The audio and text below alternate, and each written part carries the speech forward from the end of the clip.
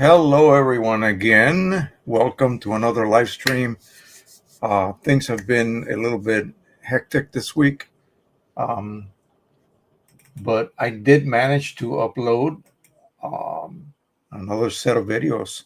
It's coming along. I'm almost there to the minimum level that I need to reach, and so I need just like a dozen subscribers to reach that 500 subscriber mark. And that will open up a donation capability for those who wish to donate via Super Chat.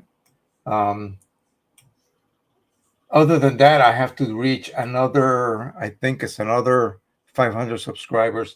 And so far, it's almost the end of October. So I figure about 3 months, we've been able to get halfway through. The views are coming down beautifully. We are very good as far as that requirement goes. Yeah, they keep changing this. It used to be completely the same every month, literally for years. And then they decided to start adjusting it and messing with the requirements because apparently they wanted to reach a certain, I'm trying to get this, there we go. Get it at the correct size font so I can read it. Yeah, so again, you have to like pretty much constantly check what are the requirements this month because they may have changed from the previous month. But we're doing okay. Everybody is being very cooperative and been watching every video that I upload. It's only 2 videos a day now. I wanted to let you guys know there is an issue, and it's really they just don't let you do it. Okay, they do not let you post links, URLs. So even though in my so-called video descriptions, I have a ton of links for all sorts of different providers out there who sell products. I have affiliate links with people, with companies, and they don't let you put the whole link. You put it in there, but it does not show up. And the reason for that is I got to reach a certain level. And I got told by them that after the 1st of December, I can reapply. What happened was they ask you to do an identification video of you. So you click a QR code on your phone, and then you're supposed to just look at your phone, turn left, turn right. I had my hat off. Maybe they didn't recognize me. Yeah, with my bald head, because the previous time that I did it, I have this hat on. So what I'm going to do, rather than do that and then possibly get banned again for another so-called couple of months, my hat is always crooked. This is a terrible hat. As much as I love it, it is horribly put together, very crooked. Anyway, so I will have to do an ID card photograph. So while I am locked on or logged on to their QR code, I will just use my license from Maryland, and we'll see if we can reach that level. Once we reach that level, then we are authorized to put URLs on our video descriptions, which is really essential because I often talk about these folks that are offering products and services and that sort of thing, and you guys can't reach them unless I posted a list on my Facebook group. You can access that there if you are a member. And if you want to, for example, buy something from Rick Johnson, some of his flush cartridges, or get the link for Qimage for a discount, and so on. Inkchip.net for your resetting serial codes for your EPSON printers that allow you to do that, for chipless firmware purchases. And these are not free. You have to buy them. Anyone else who's selling them, they charge you the same amount of money. So at least I can give you a 10% discount. But again, Amazon and you name it, Red River, all of those, they have to have URL codes. And until the 2nd, we'll see. I'll let you all know the minute that I find out that I have been approved. Okay. And then at that point, we'll go back to the old days when all of the URL codes or links were shown in their complete, instead of just cut. What use is that? Even if you cut it, at least make it usable, But anyway, that's the way they are. They're really there must be stuff going on, a lot of underhanded tactics going on that YouTube has had to incorporate these types of controls or protections. Oh my God. I should just not care and wear it crooked. I'm military, so I have to have my hat on straight for you guys. Anyway, anytime I'm in public. All right, let's say howdy to everyone here. We'll scroll to the top. We have just a handful, 20 right now watching. Please join us in the chat if you haven't done so already. Tell us who you are, where you're watching from, and just a little bit about your printing adventure. What is it you're working on? What do you already own? What do you use daily or weekly or whatever? And if you have any issues, don't hesitate to post them right now. Don't wait until later. Post them right now, and we'll get to that before we get to any of the planned topics that I already set up for today. I have my heat press working. We're going to do something really unusual today. And I forgot to bring my little scissors down. So I don't know how we're going to get this accomplished. Let me see. Here we go. I got another pair of scissors here. We're going to make a decal. And my grandson, Nathan, has been hell-bent on creating decals. And I bought him a little printer similar to the Canon tank printer, and he's having a blast with it. I gave him a bunch of my paper that I had accumulated. Back then, Canon had this buy one, get 9 thing going, and so I did buy a lot of paper, and yeah, it's sitting here collecting dust. So thank goodness is okay, as nothing has happened to it. I also have some Staples paper. So he's been having a blast printing from his iPhone, and he does it perfectly. I just go like, how can you, after like 2-minute instruction, do it perfectly when it took me, well, let's not talk about that. So anyway, we're going to do a decal. We're going to do another Christmas card. I generated some Christmas scenes that are more art type images, and we'll go ahead. Maybe they're not. Maybe they're also photographic type.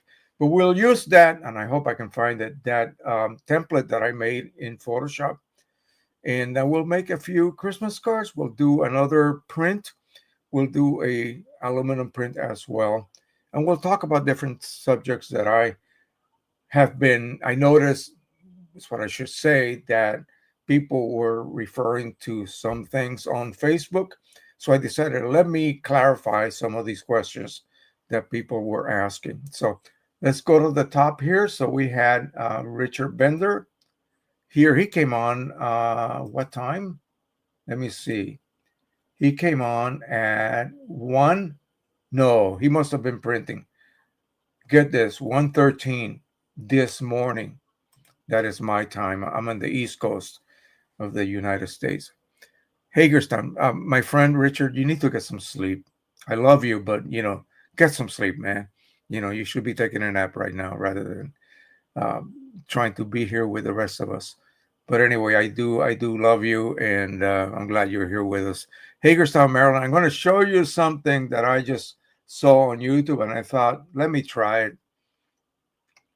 Wow! In some cases, it does a marvelous job. In most cases, you still need to enhance it a little bit, but you'll see what I'm talking about when we get to that point.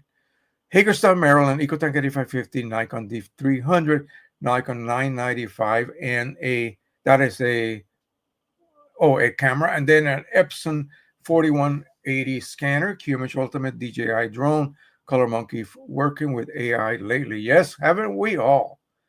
I've been having a lot of fun. We're going to be printing some of those today.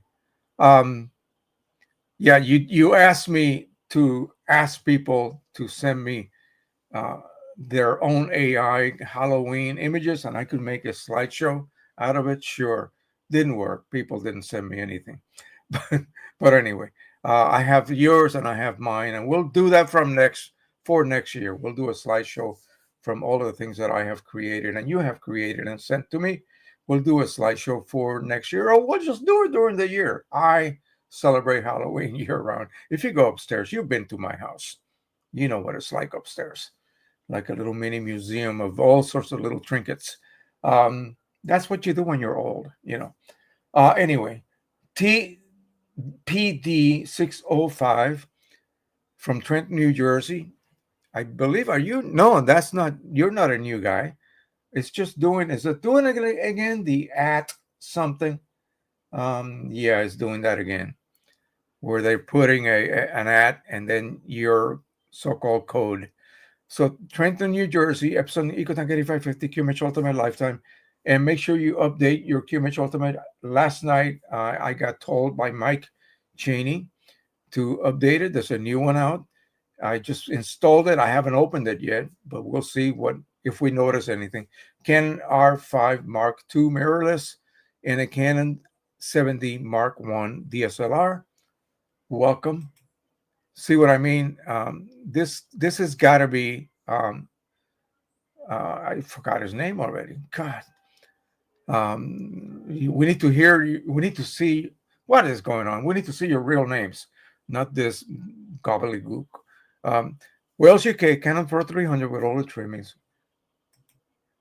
See, here we go. Fred Elias, Warren, Michigan, EPSON EcoTank 8550, Nikon D300 RR papers, Red River, OEM inks, i1 Pro, and other goodies. Good morning, sir, and thank you for being here with us, home user. You're just like me. I'm a home user. I give away things to all sorts of people. What am I going to do with all the stuff that I make here? Just collect it. In fact, I'm going to invite a couple of my local friends and just have them go through my pile of photographs and just grab whatever you wish to have. Okay? We should have a tea party. We'll drink tea and take photos home with you. And then you can do whatever you wish with them. But I need to reduce my mess back there. It's not a horrible mess, but it's too much stuff stacked up. You know what I mean? Okay.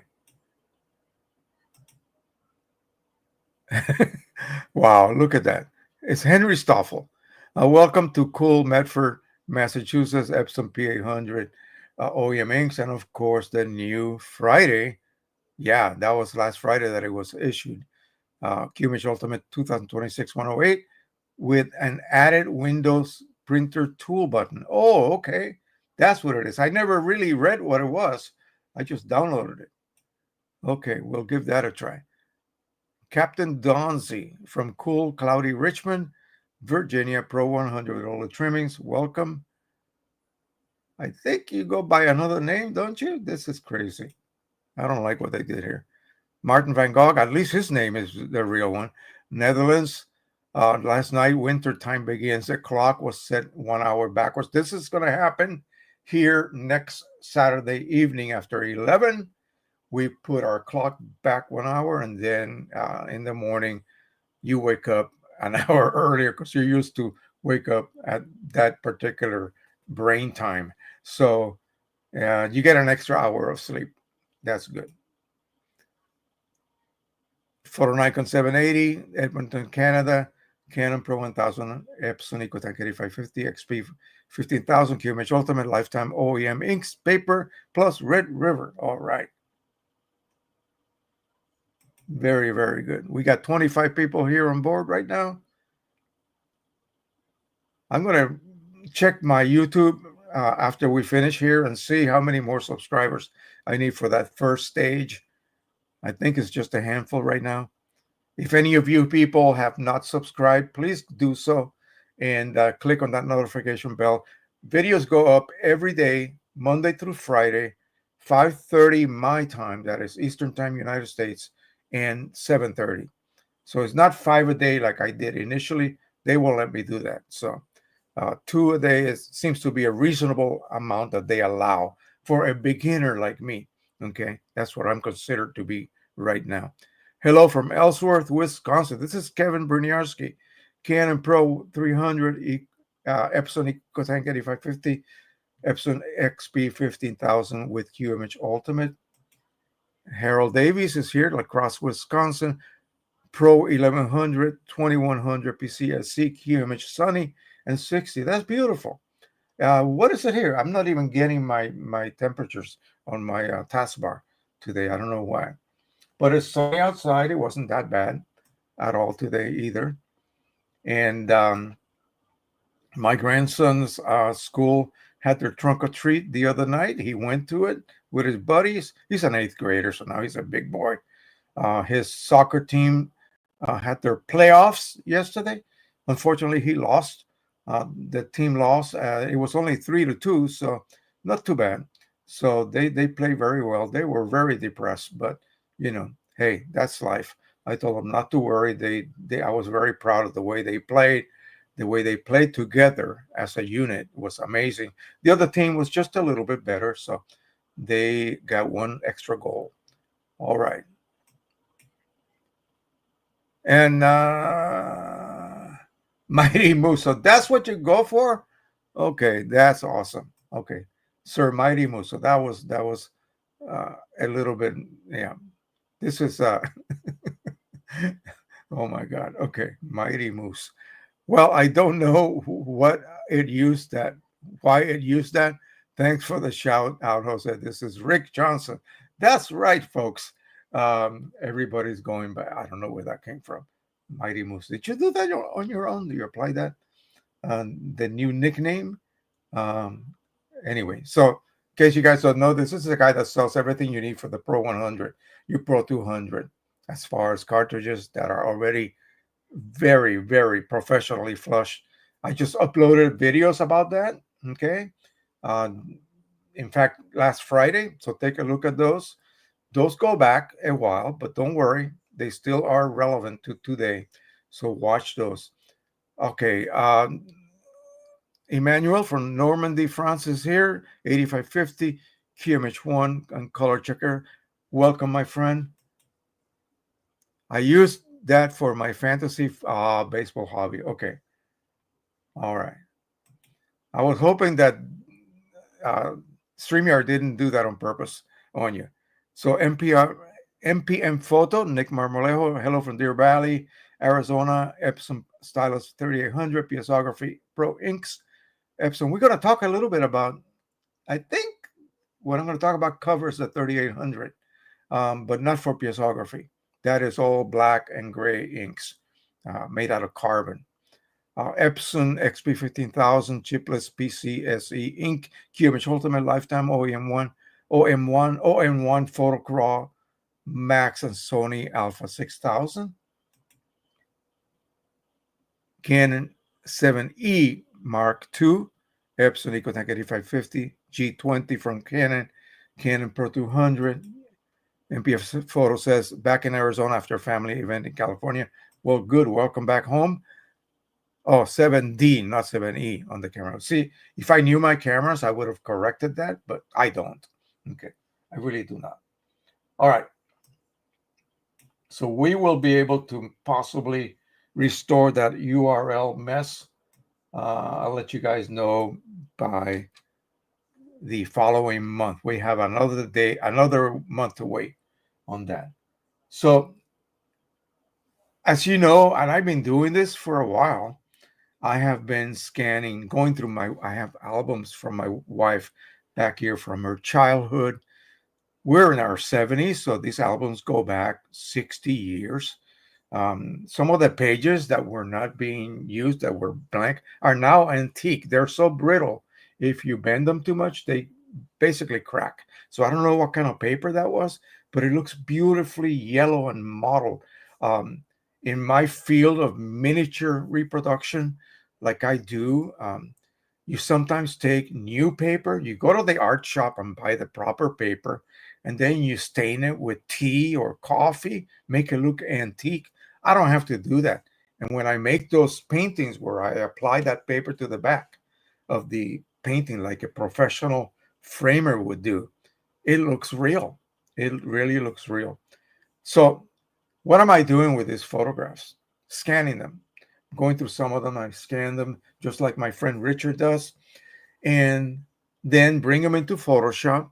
I decolorize them. If they're black and white originals, I decolorize them because they're going to have some kind of weird stains here and there. The unequal effect that um, the fixer chemicals, that sodium thiosulfate, I believe, um, tended to like bond to cellulose fibers, which is wood. And that those papers back then, they were made out of wood fiber.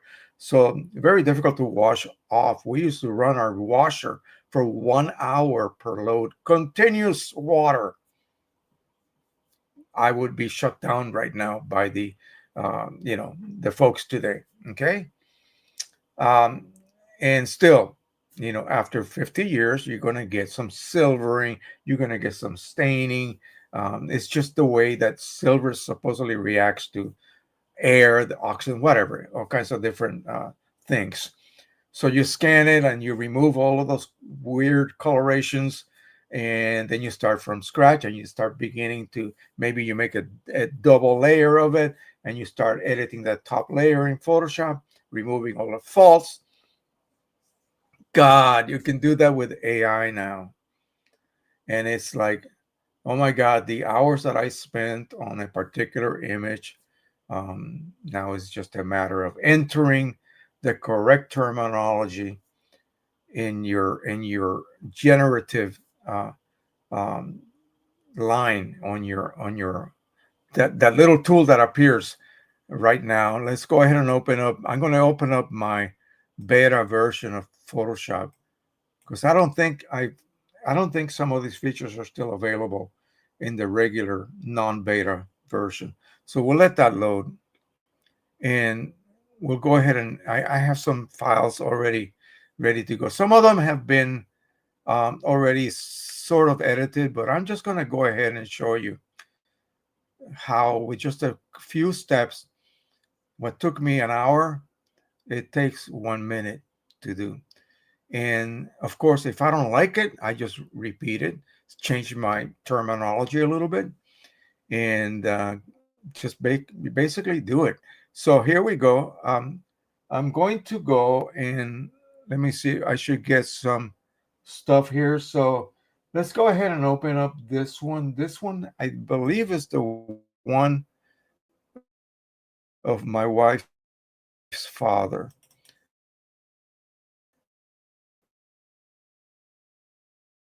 And he's from German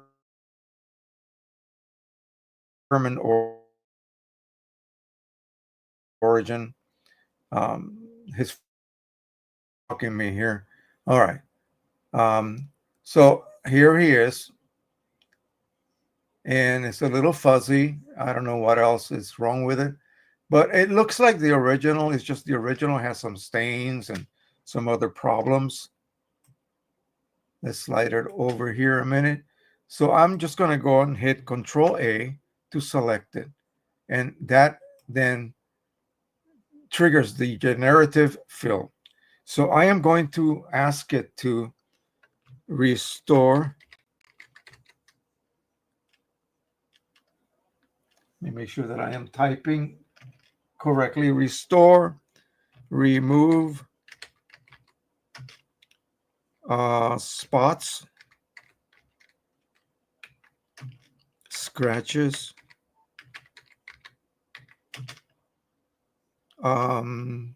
what else? Stains,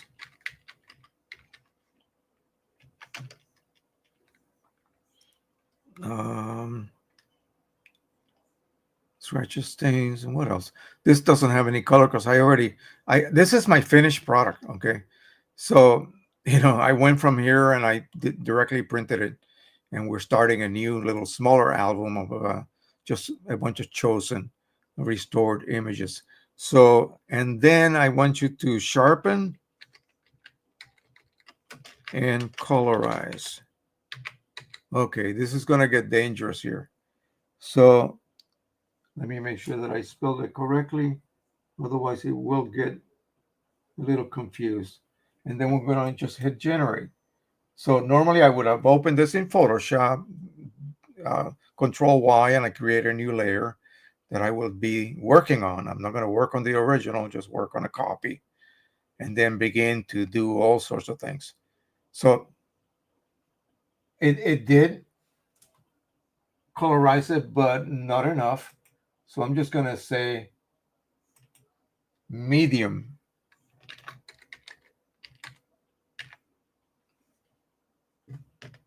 Medium. What word can I use that would tell it to increase the colorization? Well, let's just try that for the heck of it. In fact, let it do that. Let's see if it increases it. I could do that manually right now, but I wanted to do it from the start. I want to come up with a series of commands that will produce pretty much, see that did not work. So let's go ahead and remove this. And I am going to do it again. Control A. You see that? You got to come up. You'll see the difference. So I am going to write the same thing. Let's see. Fix. Oh, repair. Repair cracks, spots,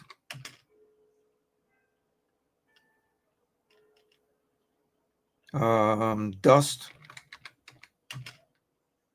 and other defects. Did I spell defects correctly? That's okay. Add contrast and medium colorization and sharpen. So a lot of commands here. Let me make sure that I got that. I can't see if I spelled it right or wrong. I gotta look at my keyboard. Sharpen.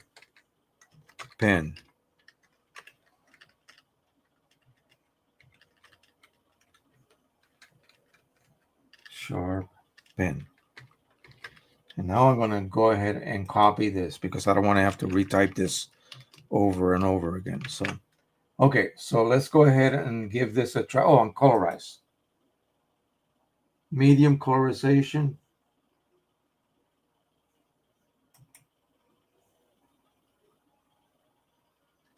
Did I spell colorize correctly? Is that with a Z or an S? I guess it's a Z. Okay. Generate. Did I copy it? Yeah, I did. Let me make sure. Okay, generate. See, I would still be messing around and, making adjustments here. I use the dodge tool, and I can do that afterwards, after it does this basic fix in a matter of like half a second. Okay, that is not a medium colorization. So even though it was working perfectly last night, it's giving me a hard time today, but that's okay. That's what happens.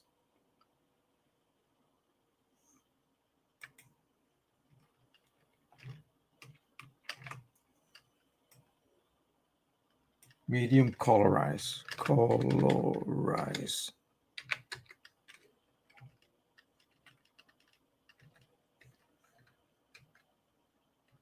But folks, if you have Photoshop available and you happen to be a subscriber, then you can get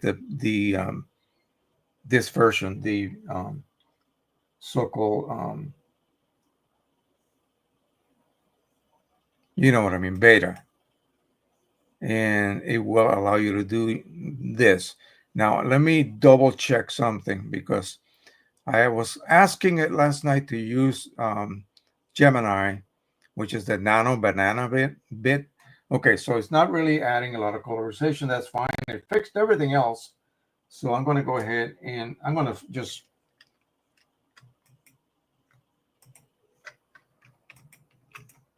flatten it. And I'm going to work from this. And I want you to see what is done. So at this point, I really don't need to really do much. What I'm going to do, however, is just crop it. It's, you got to remember, somebody shot this with a box camera. Probably, I would say, in the early 60s. Actually, no, maybe even earlier, because he was older than me. Her dad, obviously. So right about there. And I remove all of this distraction. I don't want to have... One thing about cropping, okay, and so people would not mind having the top of that window. No, just crop that off. It adds nothing to it. It makes my eye go to that area. The same thing here. You see this right here? The right edge of the window, just crop it. Crop it off. Now nothing is going to distract you away from that, from the center, which is actually my father-in-law, rest in peace. So let's go ahead and do a bit more with the cropping tool.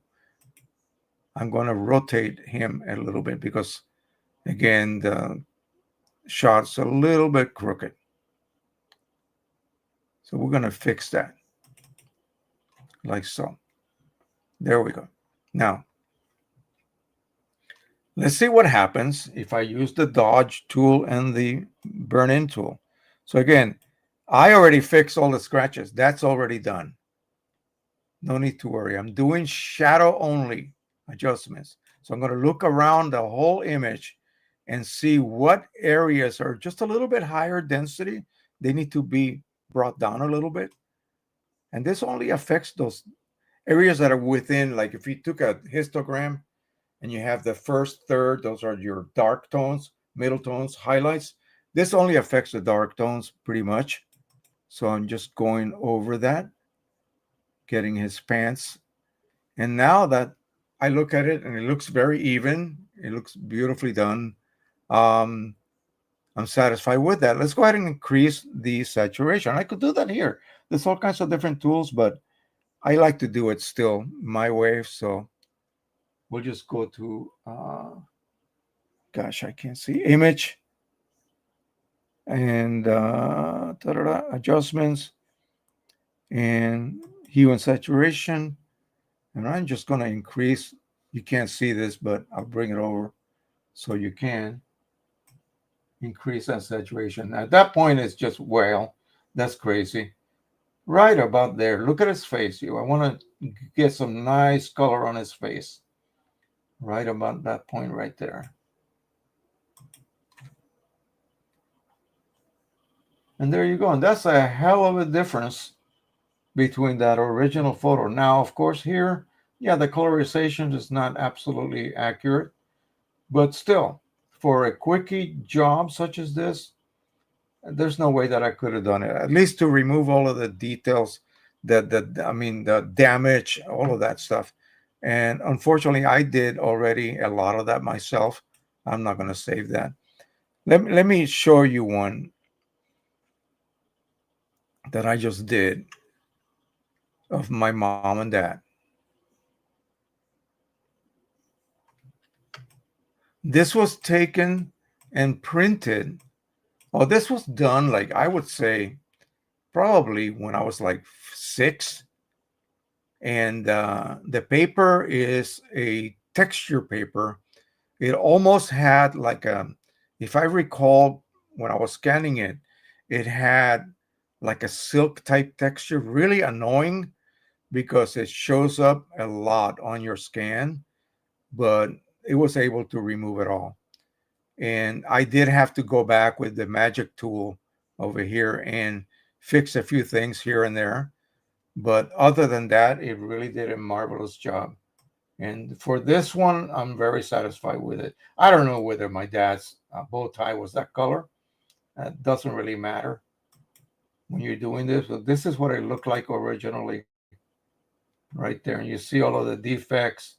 And yeah, it's just the paper is cracked. My mom has a spot on her forehead. You can see the texture of the paper. So it's not like silk. It's just a kind of a heavy texture. And for some reason, the valleys look lighter than the little bumps.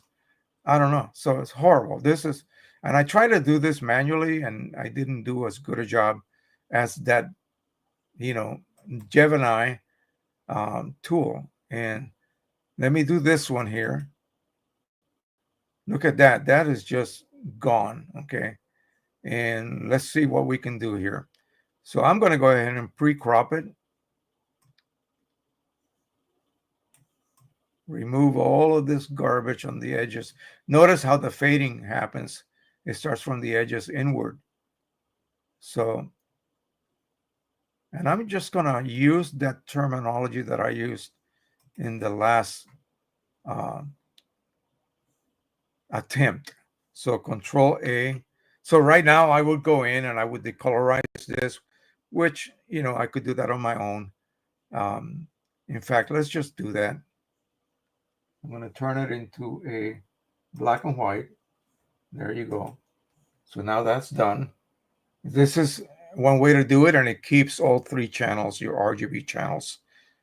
It's not turning it into a so-called grayscale, which is just one single channel. So it's keeping the black and the all 3 RGB. That's why you had that adjustment available. If this had been a color image, I could have adjusted the densities of various colors just to make it look completely normal when it becomes a so-called monochrome. Okay, so that's absolutely horrific. So I'm going to go ahead and Control A, and we're going to generate. Wait a minute, I'm still on my crop tool, sorry. Can't do it while I'm cropping.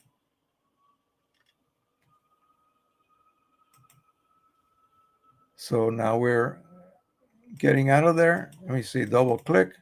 Oh, I'm on the wrong monitor, sorry, folks. Double click, and then get on my select and Control A. And now we're going to go ahead and generate, and I'm going to copy all of that. Let's see what happens. I have no clue what's going to happen here. I should add adjust. Yeah, I should adjust. And add just density contrast. Let's just see what happens. So we're going to generate. I would have done it manually. I would have Control Y, create a new layer and work on that layer. It's creating a mask and applying all of those so-called fixes to that mask. Wow. Okay. So my dad's face looks horrific. Again, this is probably using a very similar technology that filter that we used to use prior is using. So let me make sure that we are using Gemini. Let me check here. Yeah, we're using Gemini. And that's what the dude on YouTube suggested we do. So let's go ahead and not colorize this time. So let me go back, Control Z. I'm going to then generative fill and add everything and do not colorize.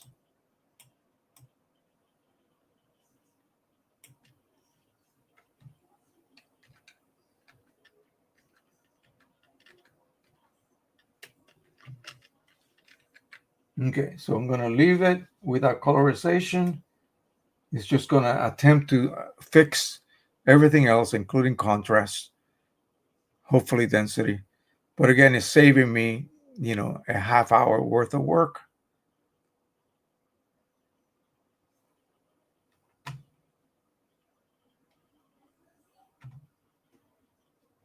That's not too bad.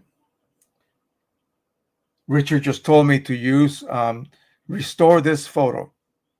So we'll try that. Let's Control Z our way back out.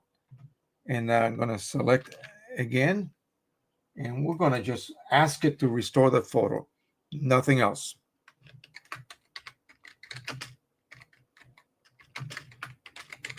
And see what happens. But anyway, this is the new world, folks. And if you're dealing, even if you're dealing with regular photographs that you shoot with your camera, that should be technically fine. No fixes need to be. Look at that. Wow. Okay, my dad's face is a little bit, okay, no, it looks pretty good. I'm going to go ahead and flatten it. And I'm going to play around with my burn-in tool. That used to be my hand. That's what that little hand icon is for.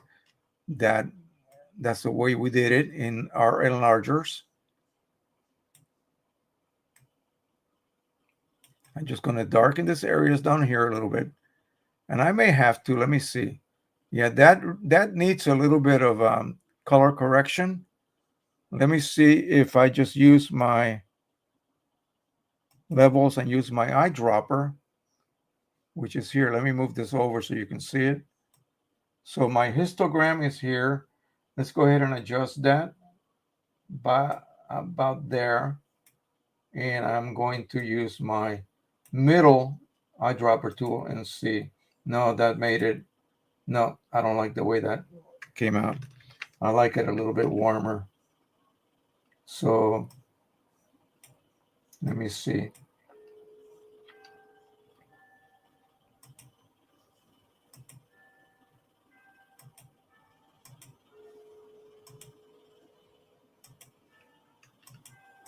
There we go. But I still need to add or remove a little blue.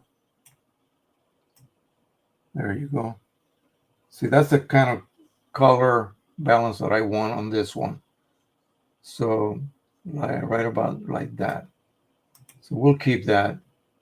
And that is quite a difference between what we originally had and what we now have. So again, in a matter of what, less than 1 minute, I'm going to go ahead and sharpen. Actually, tools, and I'll do it here in Photoshop. What the heck? So sharpen, unsharp mask, and let's see what is enough and what is not enough.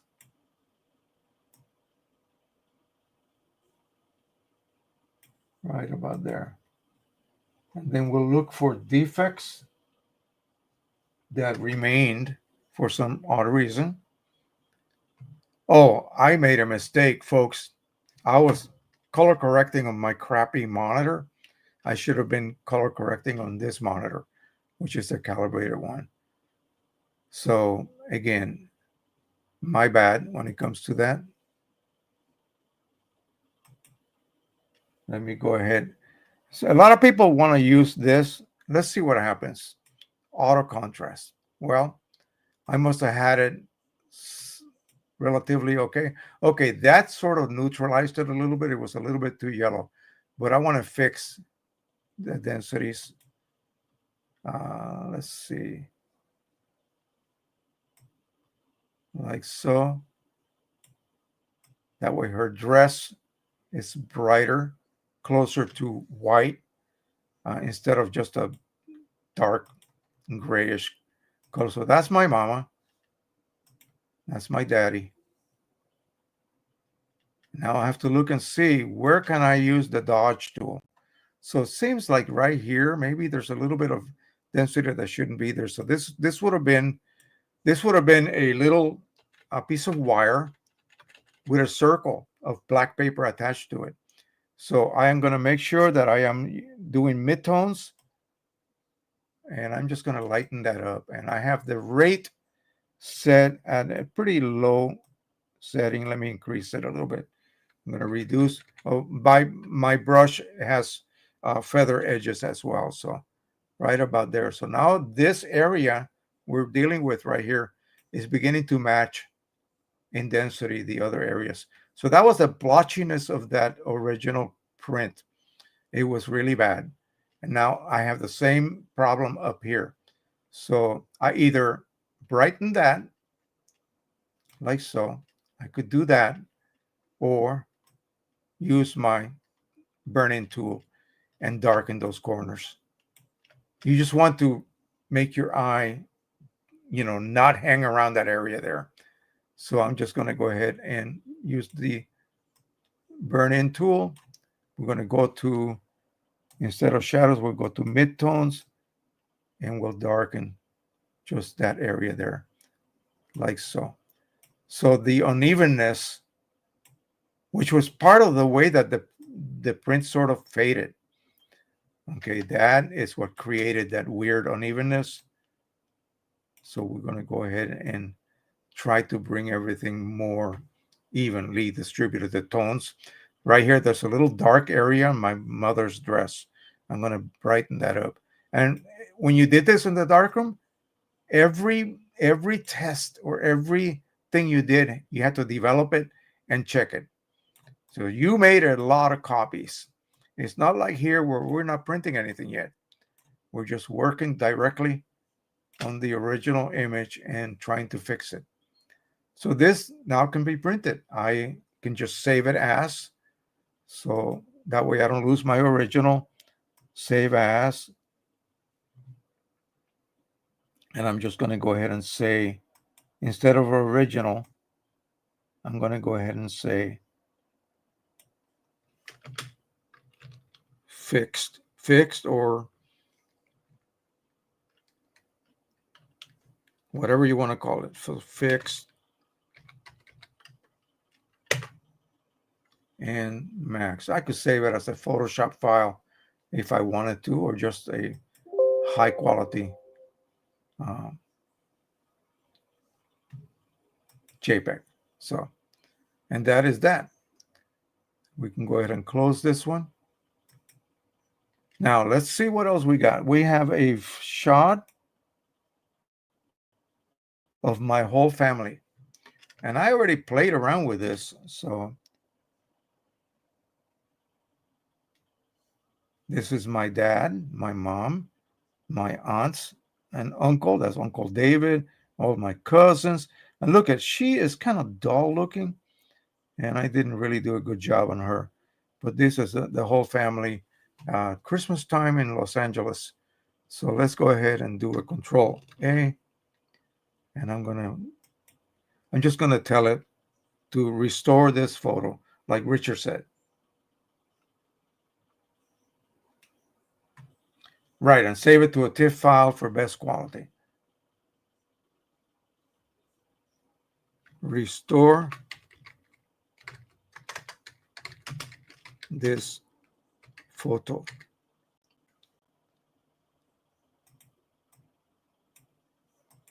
Did I write this correct? I can't see what I'm doing. Okay, so that is it. We're just going to be very, very simple here.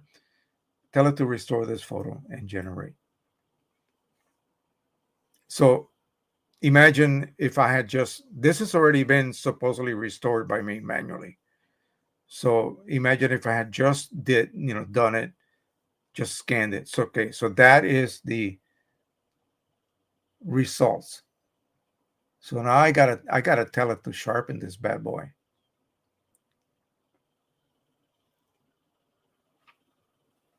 Let's see what happens.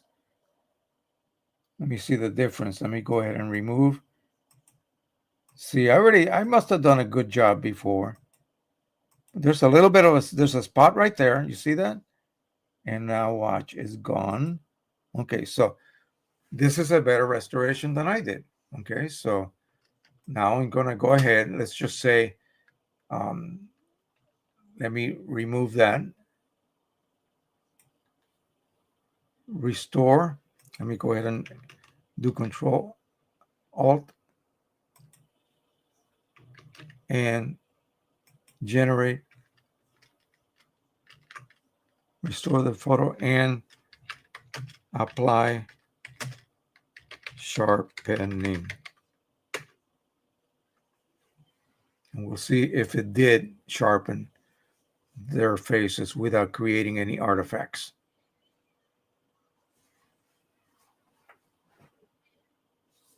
Okay, let's see. Let me zoom in. Let me look at my dad, my mom and dad. And so this is before, this is after. Before, after. Notice my dad, his right eye has always been cross-eyed. And so, you supposedly can fix that. Let's see what happens. I know you have to make a selection. So I'm going to use a brush. If I could find it. There it is. And it's a huge brush. So we're going to remove it down to small size.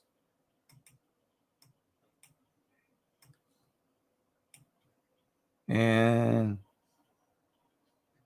I got to select.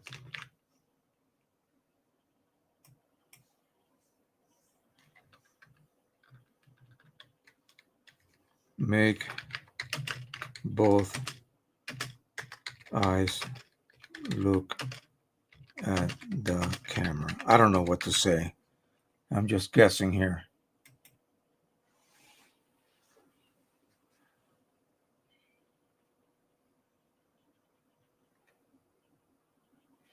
I hope it still looks like my dad.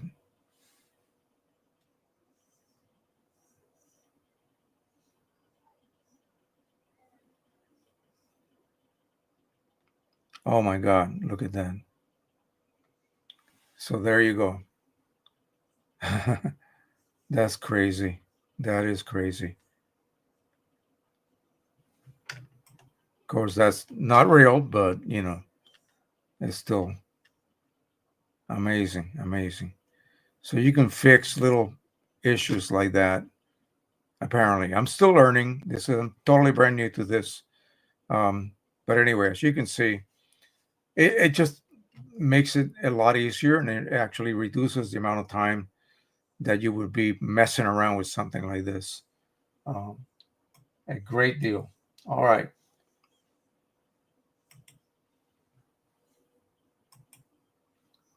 Let me go ahead. I'm not going to save that, but now I know that it can be used. I was wondering if I can fix my dad's eyes, and in fact, apparently you can. So it's quite amazing. Wow. And there's another mode in there that you can use. I'm going to test it out to see if it makes any changes take place. I did have some issues where it was indeed changing things on you. Like I would love to do this one.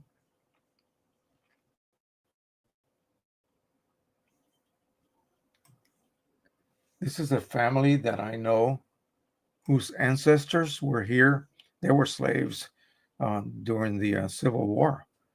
And There they are right there. What could that possibly do to fix this? And I would like to colorize it as well. So I need to remove this. Almost looks like, well, I don't think it's that old, but the family, like a generation or so before them, were actually slaves. Um, uh, and they moved to New York State, and now their grandson is my buddy, an ex-Marine friend of mine. So you can see all of the different shades of color here, how the image has basically faded. And there's no way you can, there was no way you can prevent this. It's just part of the way silver images of that era basically start to fade, and they will disappear unless you scan them. Like my friend Richard, who is an archival type, who will scan things just to basically save them from doom. And this is what you have to do: scan those photographs. Yes, put them back in the albums, or put them in some better condition. Sometimes the pages of the albums were not acid free.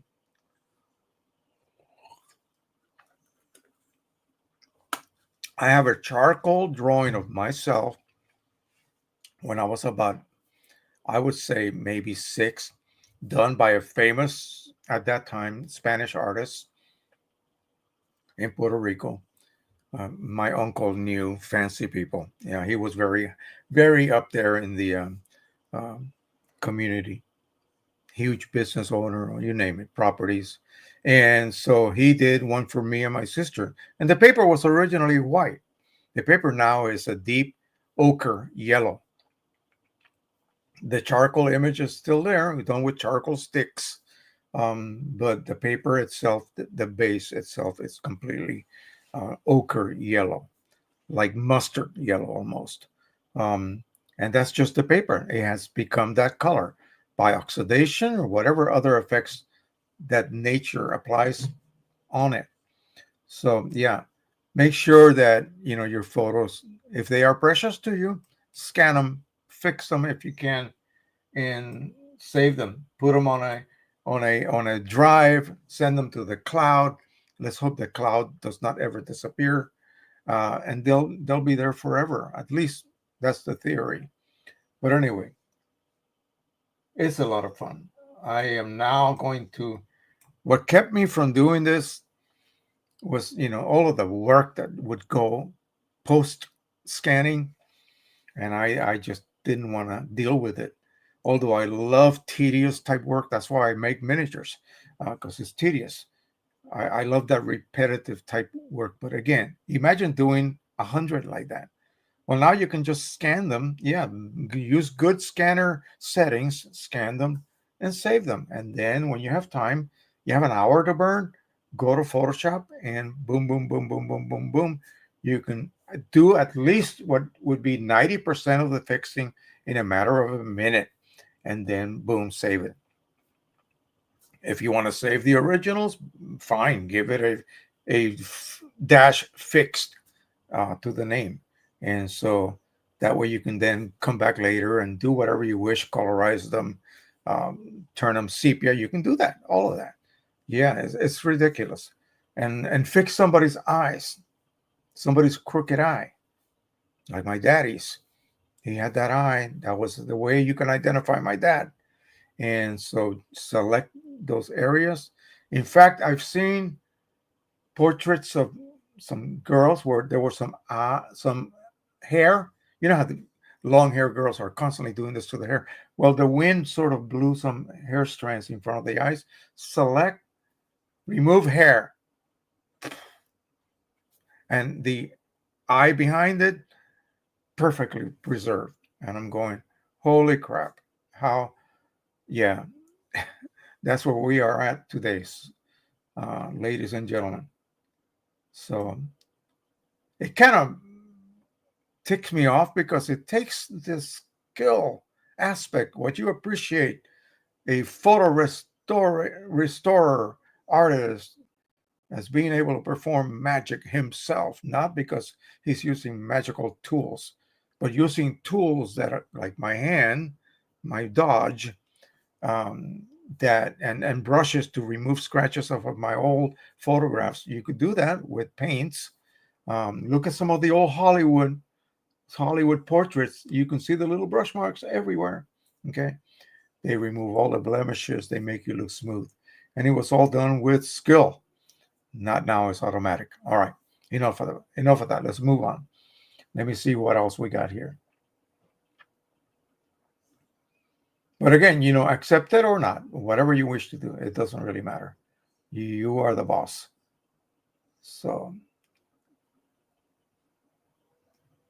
let's go back down here where Richard was coming on here.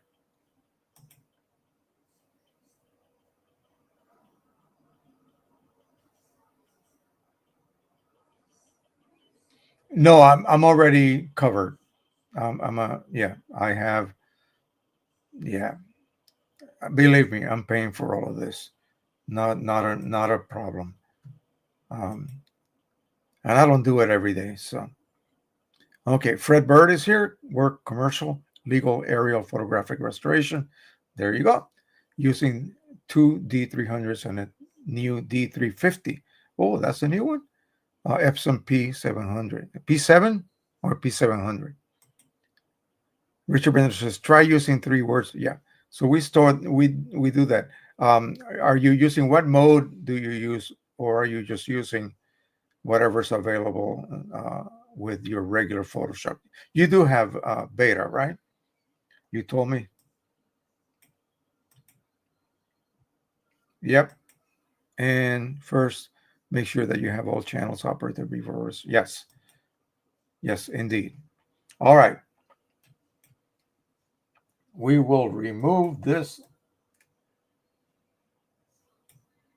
The do's and don'ts of auto reset chips in Epson printers, such as the P400, P600, and earlier large models, just like the person with the Pro 3800, 3880. I got 2880, the 2400. These are old printers. The little one that I'm using, the 1400 that I'm using for sublimation, all of these printers had the ability to use third-party cartridges, and the term auto reset chip sort of evolved. They had different types. The way they operated changed with the times. Most of them, in fact, some Canon ones, and I only covered Epson at this point, up to this point, but Canon, especially these types of cartridges, okay, and earlier ones that were simply the so-called sponge type cartridges. This is for the Pro 100. You could buy chips. You could basically remove the old chip. You'd have to carve out a little space for the Chinese chip to go on, because they had a little bit of a little piece of blob of resin covering the circuitry, and you put it in, glue it in position with some silicone glue, but don't cover the contacts, of course. And then you would then pop it after you refill it. You pop it. That's a refillable cartridge back in those days. Of course, we've always recommended you just modify your sponge type cartridges yourself.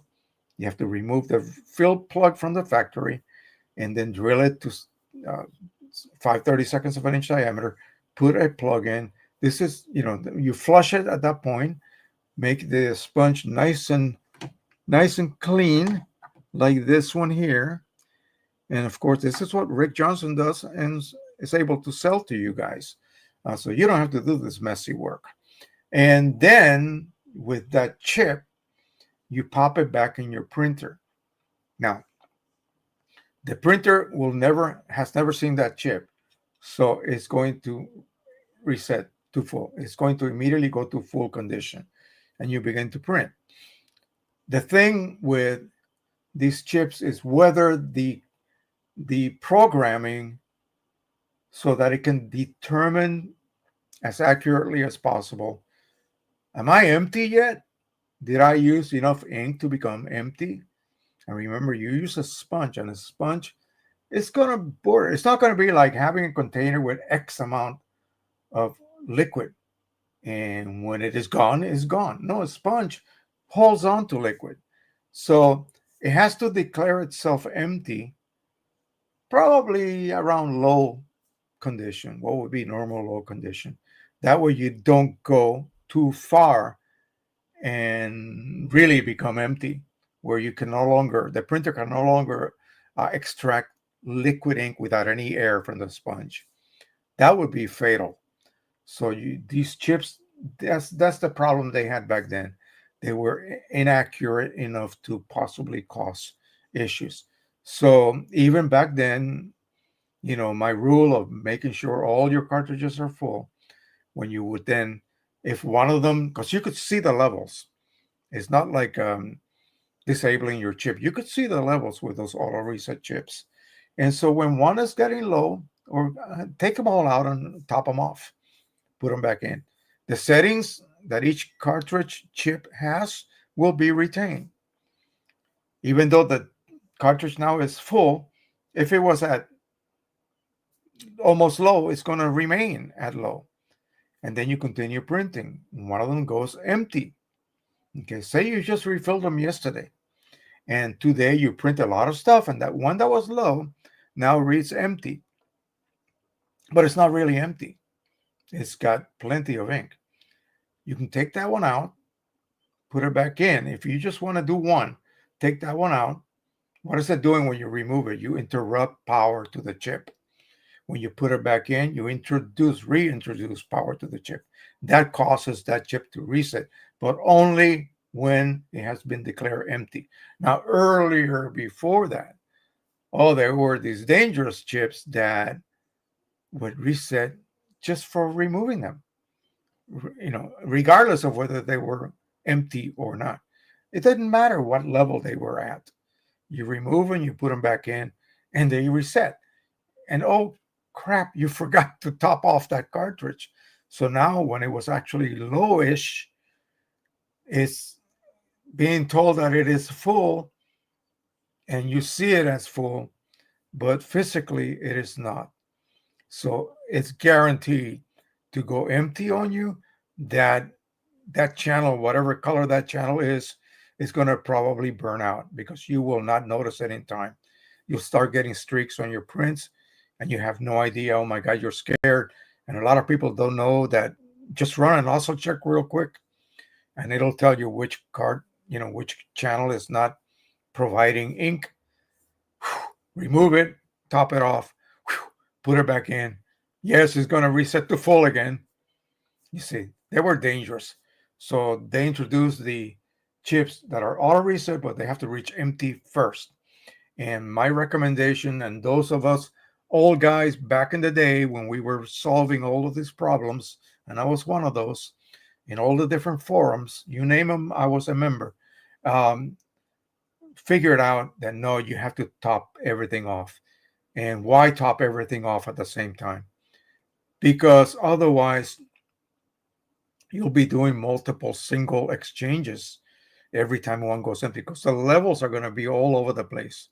They're not going to be all at the same time and slowly going down. Some of them faster than others, but most of the time, that first cycle will be fairly even. No, it'll be all over the place. And you had one that was low, and within a day, it'll be empty. You got to take it out, top it off, put it back in, and then all the other 8 will lose ink. How? Because the printer runs a purge cycle. It's going to purge ink from every one of those channels, not just the one you change, but the rest of them as well. So you're losing how many times? Well, you had 8 cartridges. That's 8 single exchanges within a month or so, or 2 months, instead of just one full set. And within 2 months, maybe one of them will reach low. Take that one out, top everything off again, remove that one, or it's reached empty. Remove it. The chip will be reset when you put it back in, but you've already topped it off, and you also topped off whatever levels they were at, all the other 8. Now let's move over to EPSON. Now, EPSON, even though right now they are the worst company for refillers, unless you live in Europe. Canon is sort of getting there, but they're still allowing you to make that mistake by choosing to bypass the chip. Yeah. And their cartridges are a lot easier for us to modify to refill. Not so with EPSON. So up to like the P800, everything else was resettable. You could either reset your EPSON cartridge chip if you wanted to. Why? Because there was no really good way to refill them in the first place. But you could buy refillable cartridges, and they came with auto reset chips. Simple. Now, the problem with those, and I'll show you the difference between one and the other. There's two types. So here is a cartridge, brand new, never been used. Inside here, there is a maze that would be a fantastic TV show, getting from the beginning to this exit port. Whoa. If you open one of these up, you'll be shocked. And so where do I inject ink? Even if I could reset that chip, I have no clue. So enter refillable cartridges. Let me flip them over. And here we go. So you have two types. You see this little chamber right here? That's the priming chamber. From the very, very beginning, and this one's been used, I already puncture the seal on the exit port. You would add ink. You visually look at it. Get it about 2/3 from the top. This chamber will still be empty. You insert a syringe into this port. Plain tip syringe, not lure. You have to buy a plain tip syringe like a 5 ml or 10 ml. Suck the air back. I will create a vacuum inside here. Why? Because this is still sealed. Okay. After installation, it's no longer sealed. So you got to do it when it's brand new. You fill it about 75% of the way, insert that syringe, suck that air out, and let it go. The internal pressures will become natural, the same as outside, and that chamber will be filled with ink, like 70% filled. That's all it needs. It needs to have ink in it. Not fully filled, but some ink in it. Before that, no ink is there. Okay, does this cartridge and this, another one here, this is an automatic priming system. It looks like an arch. So you will notice that when you buy refillable cartridges for some of these older printers, not the new ones. And so here, there's a screen for filtering the ink, depending on how good that ink is. So now what? You have an auto reset chip, starts off as full. You top off that cartridge, 75%. Do the priming if you have to. If you have the auto primer type, you don't have to. Just top it off. Don't top it all the way up to the plug, please. Little bit, give it a little bit of airspace, and then put the plug on it. Install it on your cartridge, and this can still be done. This is what I'm doing on the 4200, the 1400. The 4200 is new, and it allows you to use the firmware. So now it's chipless. So it allows me to use refillable cartridges. Otherwise, no. So begin printing. You've done the nozzle checks, make sure everything is clear, of course, and then begin printing. The levels will begin to drop. Can I trust the chip to assure me that when it reaches empty, my cartridge still has ink in it? That's what the OEM cartridges do. They still have ink. Then you take that cartridge, remove it, because now it's empty. You can't do anything with it. And you throw it away or recycle it. And I don't know. I don't even know what they do with them.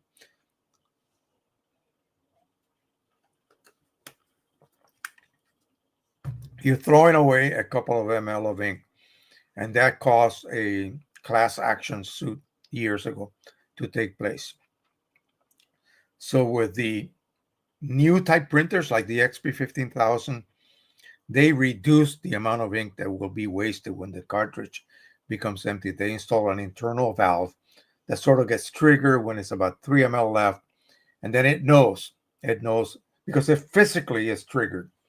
Then it knows that there's 3 ml and lets you print a few more prints. When you then get rid of the OEM version of the XP 15000 cartridge, you're throwing away a couple of drops of ink. That's it.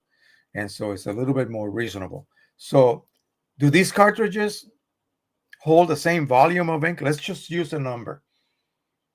I'm being extra generous here. 15 ml that the original OEM has, and you lose 3 when you toss it in the trash. That means that you use 12. So are these cartridges built to hold 15 or 12? You really can't tell. There's a lot of little internal passages in here, like not passages, but walls. Otherwise this would collapse.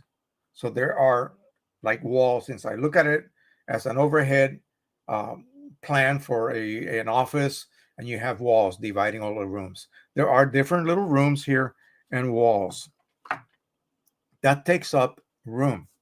That takes up the ability to allow you to add 15 ml of ink. You may only be able to add 13 or 12. And you do that, you'll know that in the very beginning when you're topping this cartridge, getting it ready to print. You'll know what the volume you can actually squeeze in is. Does it match the same volume as OEM? Because the chip is probably not programmed for the less or lower volume of the refillable cartridges. You could end up with a cartridge that empties itself out when the chip still says, hey, I'm almost empty, but not quite. Oh, bull, you're already empty. So how to solve this? Top off everything before it reaches even 50%, just to be absolutely sure. So there's a lot of people out there that have the 3800, 3880. Wow, those use auto reset chips as well. Right here, I have an example of that. And you need to use your OEM matching color chip underneath this one. I've shown you this in the past. So this is your controller chip underneath. This has little pins on it, and it contacts the original OEM chip, which you couldn't let go empty before you started to use it on one of these units. So again, this has lots of walls inside. Look at that. That takes up room. Can I get 80 ml in here like the original? Oh no, I'm sorry. I made a mistake. 90 ml. The original could hold 90 ml. Right here, folks. So this one has 90 ml of ink. Why? Because it just has an internal bag. There are no walls taking up room, taking up space that could allow more ink to be stored in there. So now I have a lower capacity cartridge, but I have my original chip telling it, hey, I'm yellow, and I used to have 90. And the controller chip is just keeping levels. And so there could be a discrepancy when this one becomes empty, but the chip still says, hey, I have ink. So again, you just open up your little door on your 3800. You can see how much ink you have. If you want to remove one, you can do that. And just make sure you top everything off right about half. When you're down to like 50%, top everything off. That way you always have ink. Always have ink. No matter what the chip says, you always have ink. That is assurance. That is an insurance policy that you will never run out of ink because of this discrepancy with the chip. That the chip thinks you have 90, but really you have maybe 70. I've measured only 70, 72. I could get into these cartridges, and you're supposed to have 90 in there. So you can imagine the discrepancy and the pain in the butt this can become, because this cartridge also has a priming chamber. and you will lose that. You will become empty. And then you have to add ink. This is not so bad because you just basically attach a syringe here, a plain tip syringe, remove this plug, attach a plain tipped syringe, pull back, you're sucking air, so now you're sucking ink. So now that chamber is basically filled with ink and you can begin to print again. But why would you want to do that every single time? Just top everything off. And with the Canon printers that we can refill, and even now, now with Pro 100 is resettable. Pro 200, no, it's not. You have to disable a chip. You better do this like every month. Top everything off. Okay, that way you're always have a continuous flow of ink. Could you imagine how wonderful it would be?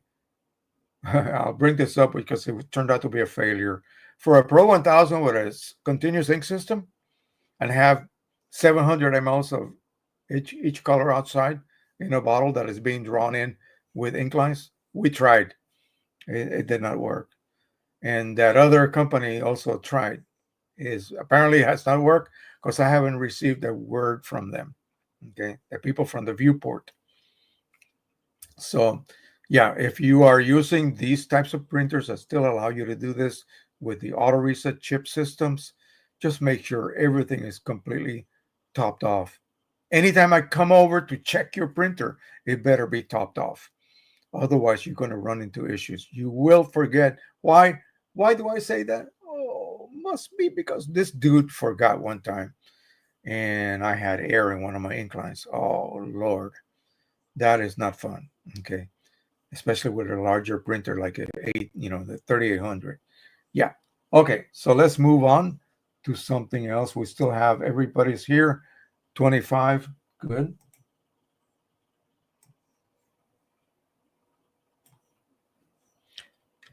A good Samaritan gave a viewer from my Facebook group, I believe it was a EPSON. Is there an EPSON 4700? So that's a large format printer, and he gave it to him for free. Only it hadn't been used for 10 years. 10 years. In the days when Red River had, I think it was a lady that was their technician, basically kept everything running, because they would have like teaching seminars to print monochrome using their piezography inks, and she kept all of those printers running. And she posted a video. This is back when I was working still, so mid like maybe 2005, 6, around there.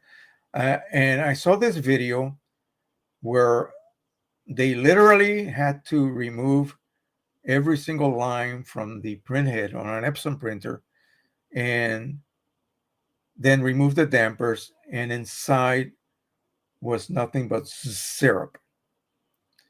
And they had to literally, from the beginning, from the inlet port where this cartridge goes in and connects and begins to deliver ink. Remember, these are pressurized. So ink is delivered through those ink lines. It travels through, it goes into the print head, it goes into a miniature cartridge called a damper, and then that damper is connected, just like this would be, to a channel. And they had to use syringes with cleaning fluid and force that syrup to come out each one of those lines.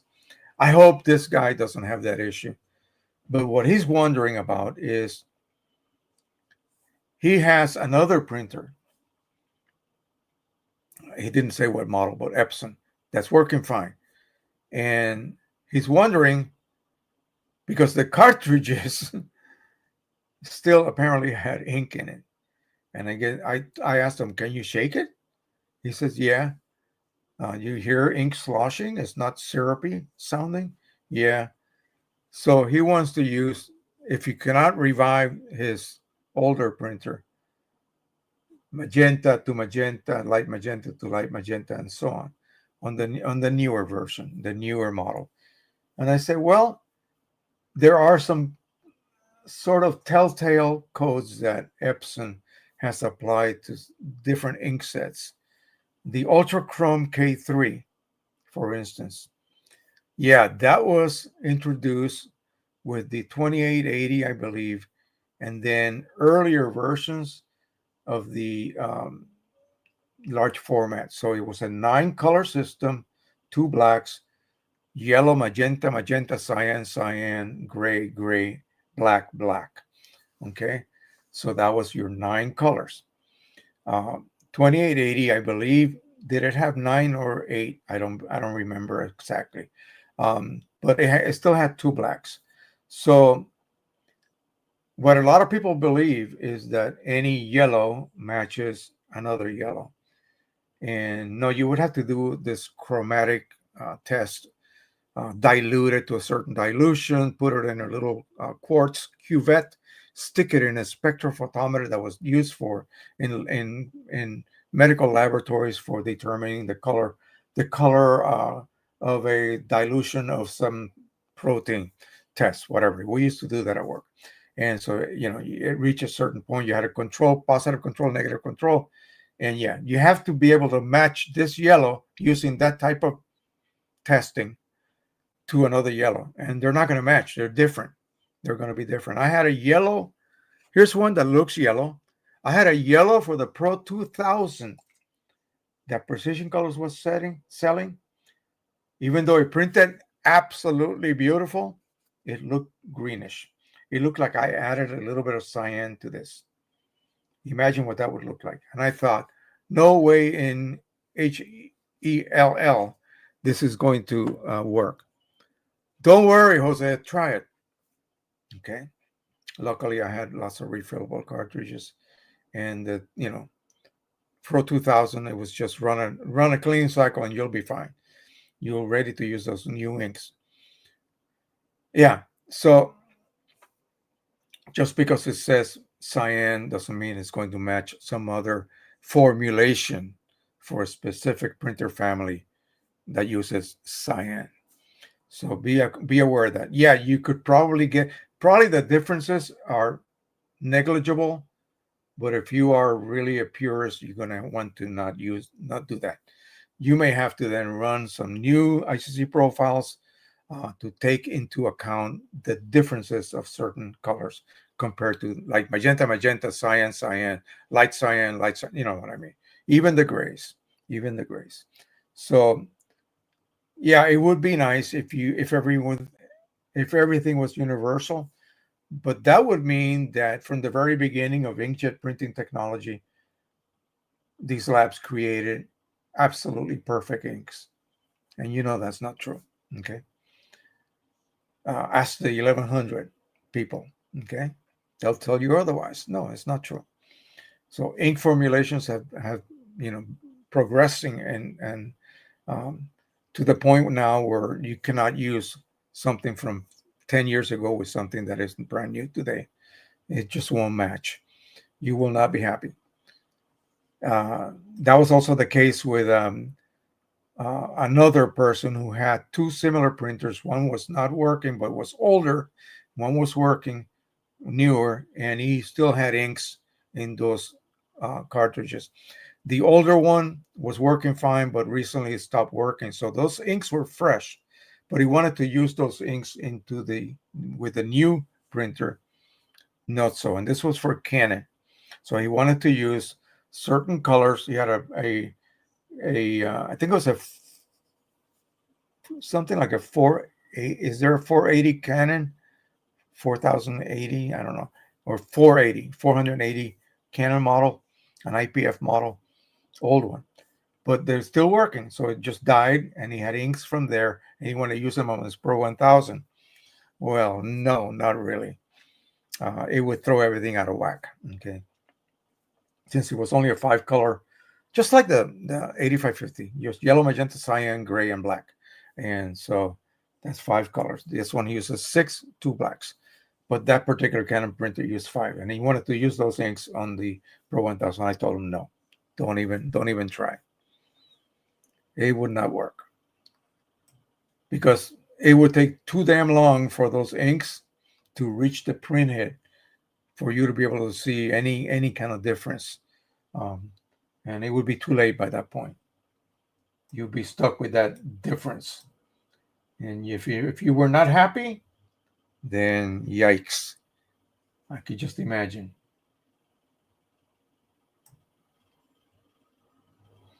I am refilling Canon cartridges that still have some ink. This was the guy with third-party inks.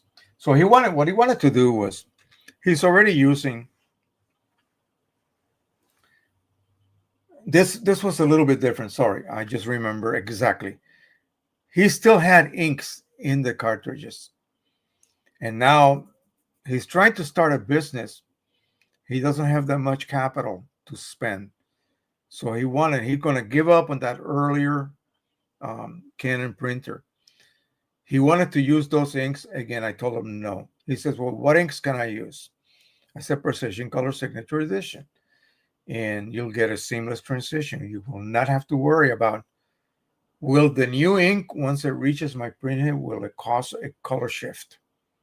It will not, okay? In fact, you'll have no clue you're now printing with Precision Colors inks because they will be identical. So that's what he wanted to know. So I said, in fact, you could just use whatever ink you have left on those Pro-1000 cartridges, modify them, top them off so that they weigh 112 grams. Whatever proportion of the Precision Color ink you need to reach 112 grams, you are not going to have any reactions between OEM ink and Precision Colors formulations reacting in a bad way together. So he's very happy about that. And so I think he's going to go ahead and order the inks. So again, but yeah, don't worry about that. It's not going to, everything that I have done on my Pro-1000, the cartridges were never empty. They still had ink in them.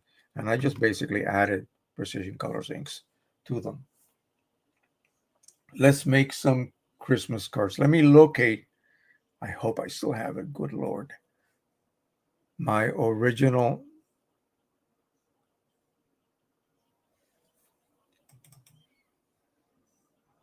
There it is. I have it. Okay. And for this, I'm just going to put a copy of that on my desktop just to make sure.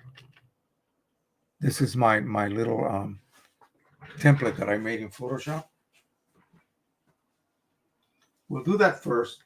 No, wrong. I am going to make a decal first. So I'm using this. This is just vinyl matte decal media, and it is compatible with inkjet. I took one sheet and I just cut it into two 4x6s and I believe 4x5s. I wish if it had been 8x12, I would have been able to get four 4x6s. But anyway, so we'll just go ahead and do this. I have some little images that I downloaded from the internet. This time I'm going to just use my regular Photoshop. And while I am there, I'm going to check to see if it has been updated and does it now have the new abilities that the beta version has for all of this AI business. Okay, so we'll let that load 1 second.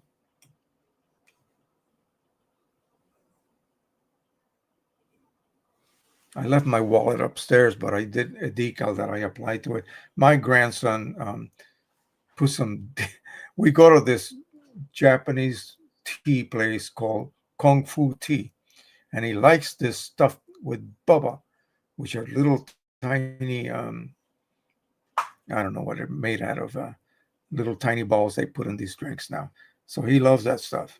And Grandpa, of course, takes them after school every once in a while to get some. So they had some decals that were given away. So he plastered my wallet with them, and I had them there for months until finally I took them off yesterday. But now I'm going to replace them with some of this stuff that I am going to be making. But I'm going to ultimately give him the paper, the material, so he can do his own stuff at home. Okay, so I'm going to open.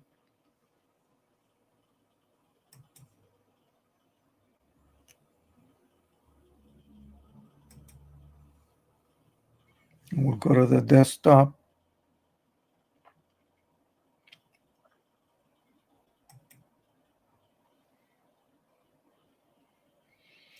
And I am going to actually, hang on one second. I don't have to do that here. I'm not using a template. Let's do this in Qimage directly. So let me just close this. For this, I'm going to use this for making the Christmas cards. But let's just go to Qimage. And like I said, I installed a new version today. So we will go ahead and open that for the first time, see how it works, if I see anything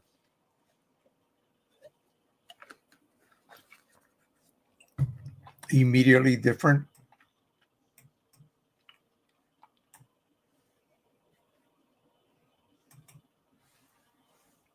And here's one that I downloaded. So basically, it's just a kitty. Now I can take this 4x6, and if I want to make 2 decals out of it, let's see, what can I print inside a 4x6? What sizes can I squeeze in? So 4x6. So I can do like 4x3, right? Yeah. So 4x3, I'm going to go ahead and create. Let's make it a little bit smaller. So let's create a specific size that's going to be 3.75 by 1 point, I don't know. No, wait a minute. Let's see, 3.75 by 2.75. And boom. So now I have 2 little spaces. That way I can do 2 at the same time. We'll drop one of those, and we'll drop this one. Okay. Now this is, if I had a Cricut, one of those little cutter machines, it will cut this.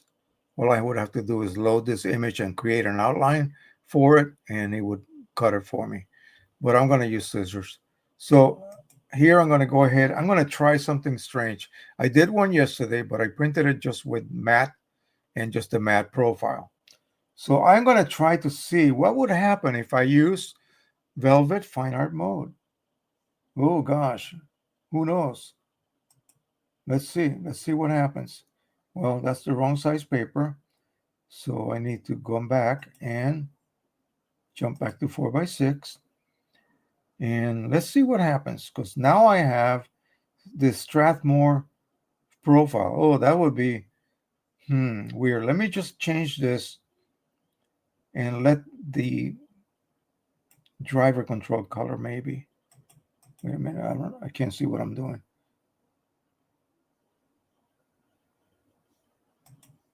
Yeah, let the driver control color. That way it'll just use the basic Velvet Fine Art profile, not mine that is made for the Strathmore paper. And that should be okay. Let's go ahead and print this bad boy. And I'm going to look for him. Oh, I know what I need to do. I need to increase saturation a little bit. I want these to be a little bit more brighter color-wise. I need to sharpen them. That's what I did with the one last night. And hit OK, and OK, and OK.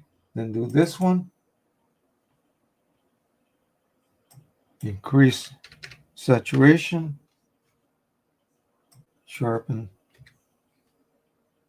and hit OK, and OK. And these are free to download, and so I don't feel bad. I did not do any kind of stroke around them, zero. And now we can go ahead and print these. And I'm going to put one on my drive that I have here. I'll have to disconnect it to show you guys. This is where I have all my backup videos. Once that is done, we'll go ahead and do a sublimation print. I have some new files that I want to try out. We'll do a linen Strathmore acrylic print. And then that'll be it. I have to take my wife somewhere around 3 o'clock this afternoon, so I got to make sure that I finish a little early this week.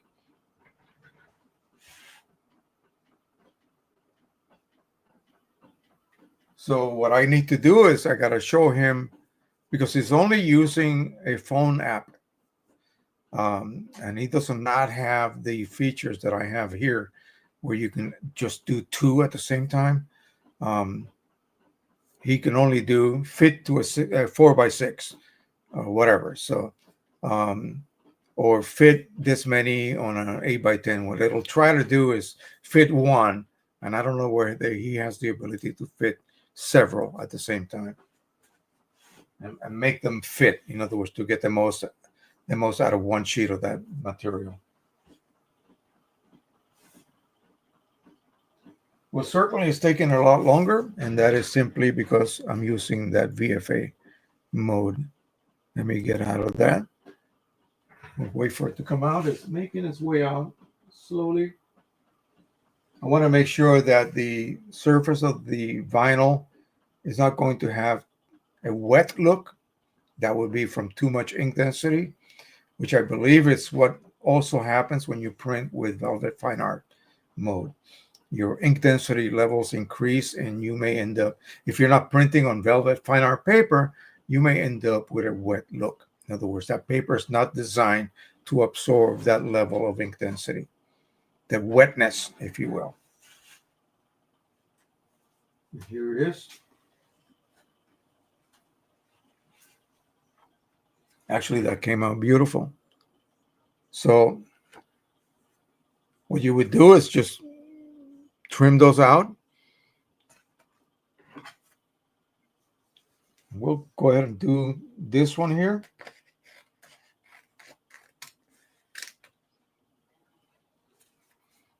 I'm going to do my best to cut this. Again, if I had that little machine, my daughter has one of those, Janice, the one in North Carolina. She's the crafting queen. I try to get her involved with sublimation, and I even gave her a heat press. The old one that I had that I actually was able to fix by putting a new power supply in there. And amazingly, it was something I could buy straight off the internet. So it was easy enough to replace. I got it back to life. But at that point, that doctor had already bought me a heat press. He felt bad for me, and he bought me a heat press, which I ended up then using up to this point. Is the one that I have right here.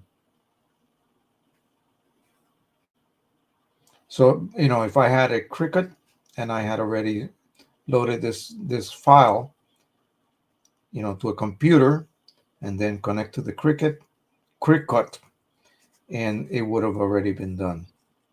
And sometimes it even just cuts through the vinyl itself without affecting the base. So you can just peel the decal right off without any problems. Okay, one more little cut, right around the ears. So there we go. Okay, so now comes the fun part. Find an area. I wish this had like areas that were already cut, but no, you have to find, you need good nails for this. It's like removing double sticky tape from its base. That's why I told Nathan, you're going to be enjoying doing this until it comes time to separate them. Then it's a pain. Let me try from the front. I just don't want to damage it. Here we go. By George, I think I got it. Okay. So this is the bottom. And then we'll take our hard drive and apply the kitty right on top. And that came out beautiful. This is really good stuff. It really works beautifully. I was worried about the matte not being so colorful. I love the way that the intensity of the actual image printed is. I like the fact that we were able to get by using Vivid Fine Art. And yeah, very happy with this. So this is going to open up a whole bunch of different avenues for my grandson to have fun with. You can get all sorts of different stuff on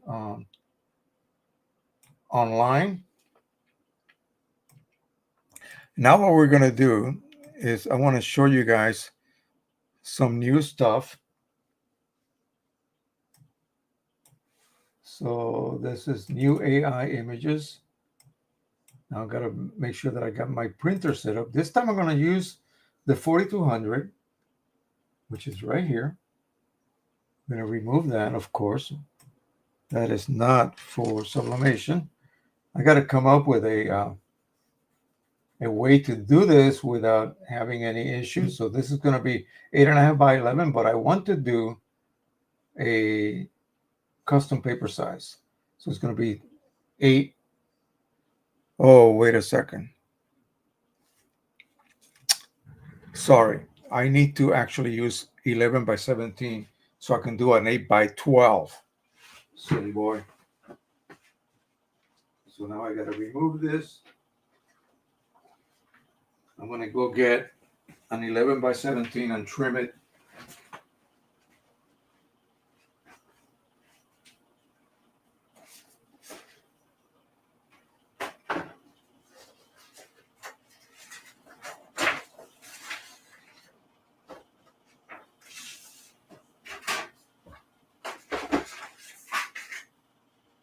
I'll be trimming this down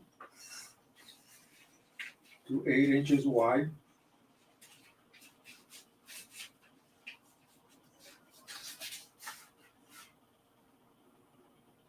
Or we'll do it 8.5.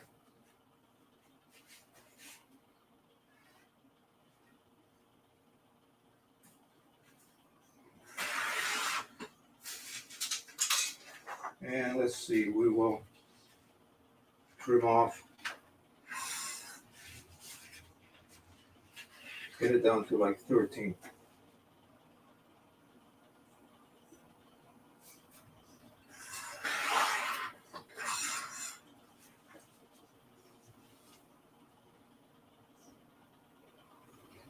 Okay, so I have an 8.5 by 13, which means I'll have to make a custom paper size.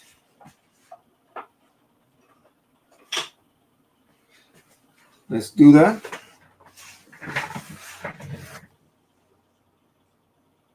So click there, user defined, and 8.5 by 11. No, that's not what we want. We want a 13 length.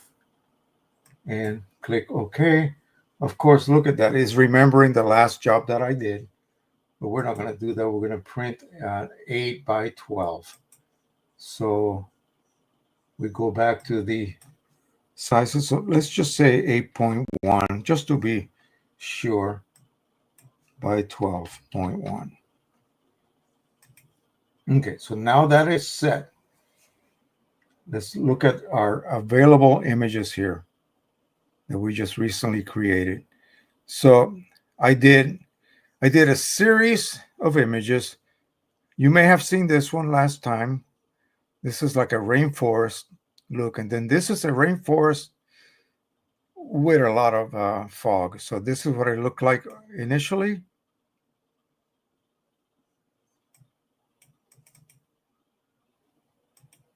Come on, load.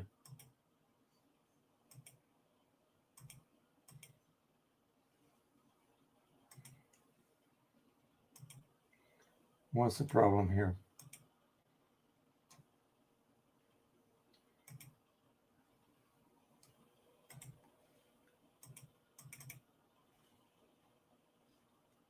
Help. This is the first time I use this after installing it, so something is going on here. Okay, so no, actually I used it earlier, so it should work. This is fine. I don't need to do anything to it. I just want to load it. It doesn't want to go in there for some reason. Anyway, I got to drag it over. Why? I never had to do that before. Okay, so that's the cloudy version. And then this is the normal version. And you can see the difference. So simply by select all, and then I just told it to make it foggy. And I said to apply more fog to the background. And that's quite interesting. That's a good print right there. So regardless, I'm going to go ahead and remove all, undo that. And I got to look further here to see what else we can possibly print. I got some Halloween stuff. And I have this one here is quite nice. Oh, now it's working. So I forgot what category I use for this. But yeah, it's kind of neat. And then I have this one here. And I'm just looking for something that's going to look impressive when you print it on metal. This one needs a little bit more oomph. It needs a little bit more saturation. Folks, this is the first time I'm looking at these. I made them, I saved them, and that was the end of that. I didn't really pay much attention at the time. So we're going to go ahead and sharpen this. And I'm going to add a substantial amount of saturation to it. Maybe 50. We'll see what that looks like on the whole image after it's applied.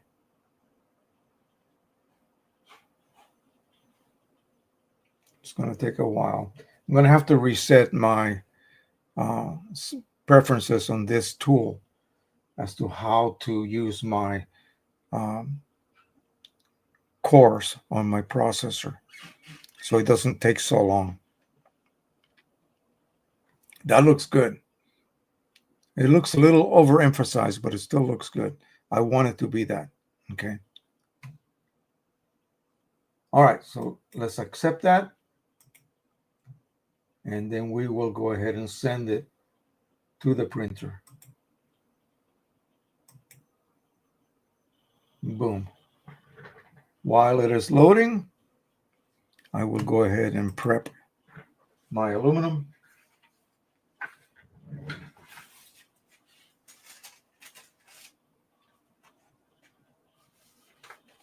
I'm going to heat my press base.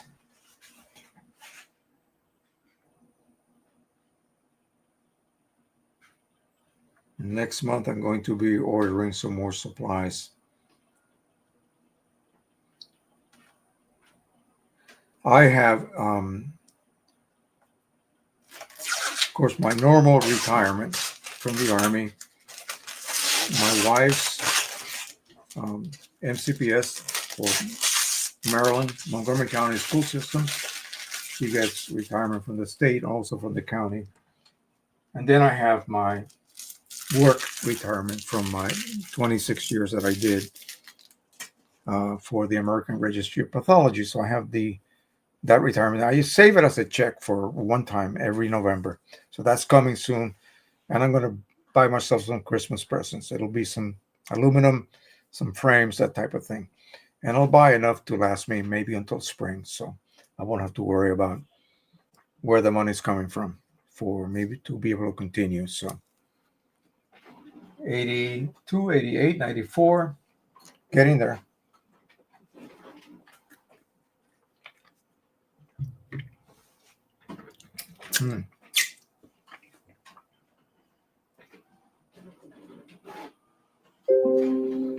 Yeah, this has a little dent right here.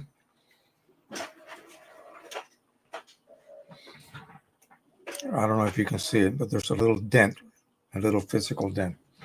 I'm not going to worry about it. This will just be a fun test. I would have to trim that off, and that's too much to trim off. That is located a good inch inside. I'm not going to do that. Maybe after it prints, I can fix it by if it creates something that is physical, visibly annoying, I'll go ahead and trim it with my trimmer, but I won't do that yet.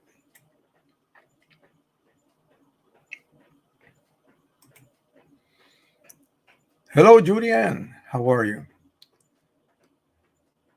Just got here and you saw what I just sent to the printer, right? So that was AI generated. I think I used something like I died and I think I went to heaven or something like that. And it generated that. So it's beautiful. So I thought I would do that one. And maybe that can become one of my little minis as well. So I got a bunch of stuff for Halloween, as you can see. All kinds of ghouls having a good time.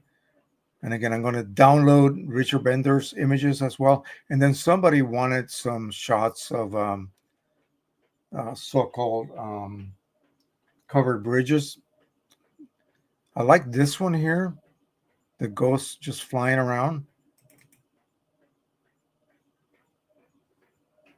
That looks kind of cool, huh? Again, I don't know whether that requires a little bit of a adjustment, but you can see how beautiful the ghosts are. Yeah, we love Halloween. My wife and I are just crazy about Halloween. So I'll make little prints and framed. They look like paintings. That's almost done printing.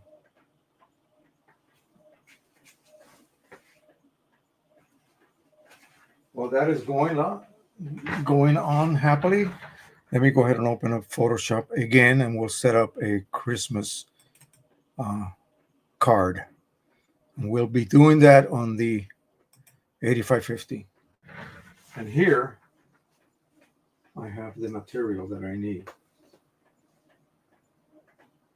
This is going to be Aurora Art White. Okay. We'll leave this here. This has to dry.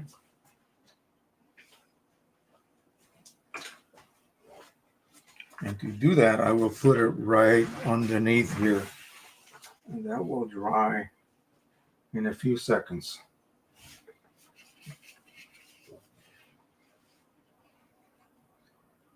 Nice. So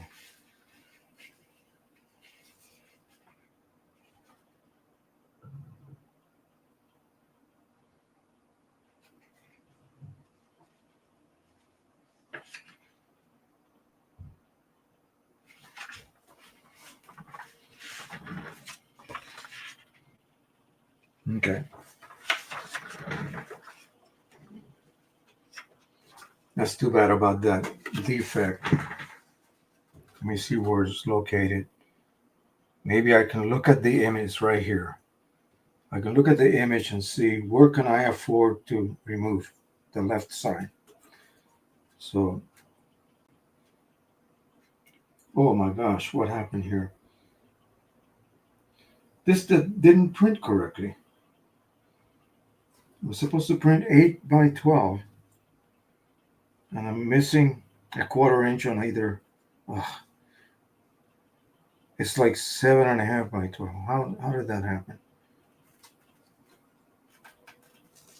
What is going on? Regardless, I'm gonna end up trimming this anyway, no matter what. I just wish they would make a larger tile print trimmer. I think there is. It's just costs too much money.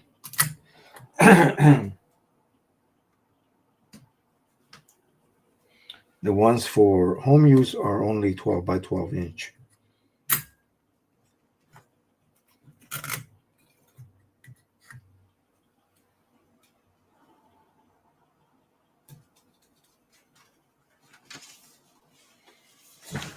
I gotta check that again.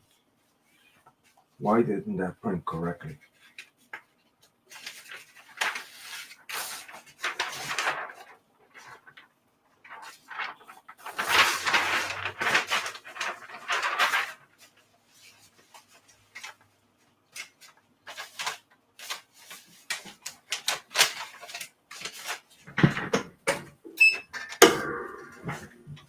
Okay, let me see.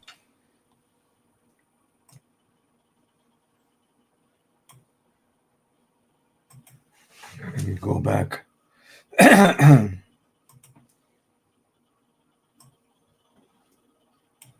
No, I already closed Qimage too late.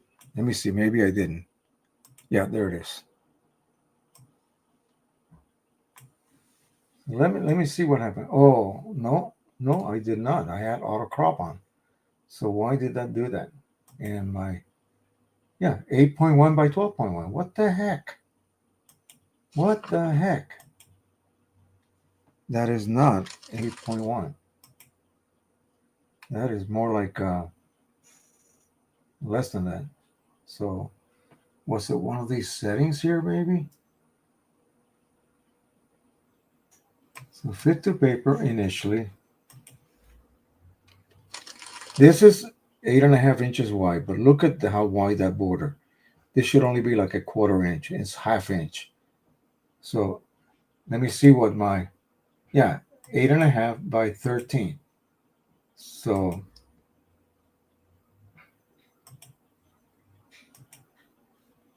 (8.1 by 12.1).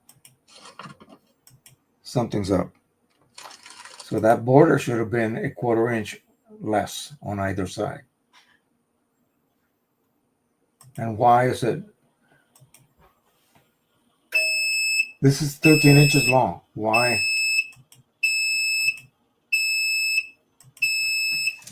See that?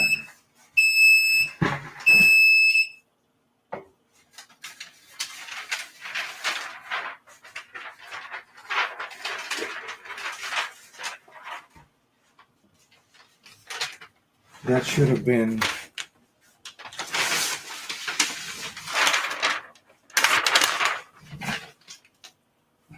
that border here should have been like a 1/2 inch further down and 1/2 inch up. Okay, it's doing it, but no, this is incorrect. This is less than 8 inches. As you can see, it's like 7.5 inches. I don't know. Don't know what's going on. Okay, so let's go to Photoshop. I am going to load that file, the template, which should be here someplace. Right there, maybe. No. I remember it being a Photoshop file.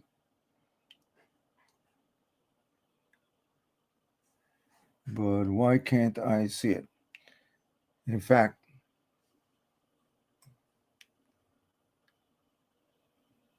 did it actually copy over? Okay, yeah, here it is.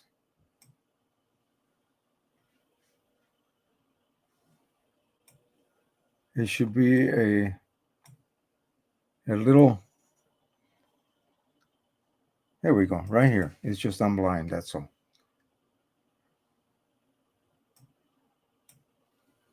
I found it right there. Okay, so now we have that. Now we got to go and get one of those Christmas generated Christmas images. So we go to the desktop, new AI. Right here, we'll just pick one of these. Maybe that one. That's cute. Grab it, drag it over.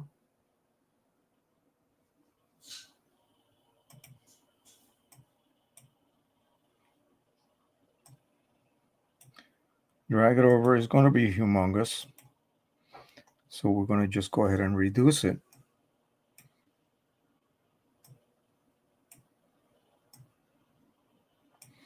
Until it sort of fits.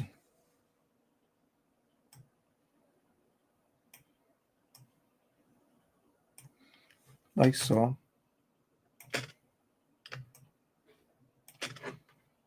I'll shrink it a tiny bit more. Obviously, the proportions are not the same. I'm going to go ahead and cut off the top of that tree right here. Doesn't matter. Now we got to make it fit behind that mask. So we're going to hold the Alt button. I'm going to hover down. You see where it changes right there between the two files, the two layers, I mean. Click. Now there it is. It's now fitted inside. We'll go ahead and print it. So I can send this to Qimage or print it right here. I'm going to go ahead and send it to Qimage because I believe I already have this setting for this particular paper. So I'm going to go to File and then Automate, Qimage Ultimate. Once I send it over, I can then shut off Qimage. Oh, and by the way, I can just load layer after layer after layer of images and just basically disable them. Leave the one that I want to print, make 10 copies of that, and then disable that one. Click the eyeball on the other one, and that's it. That's all you have to do. So now, was I able to do this last time in Qimage? That's a good question. Let me go ahead and create the proper paper size. So let me go to the 8550. I may still have it here. What is the size? 6.5 by 9. No, I'll have to make a new size. So 6.25, sorry, by 9. And I'm just going to go ahead and activate that. And we need to come up with a better setting. In this case, it will be, what do they want you to use? I think they use matte. You know what the hell? We'll use Velvet Fine Art mode and not have to worry about it. I want some intense colors here. So we'll use the same setting we used before and just go ahead and print. This should give us a really good result. I could have sharpened it, but I'm just going to go ahead and quickly do this.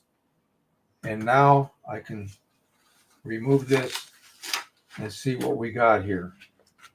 So the transfer occurred beautifully. No issues anywhere. Oh, you know what would be really good if I had actually loaded the paper right here. Let me show you guys real quick. It is scored down the middle. I don't know if you can see the score mark. It's right here. Yeah. No paper.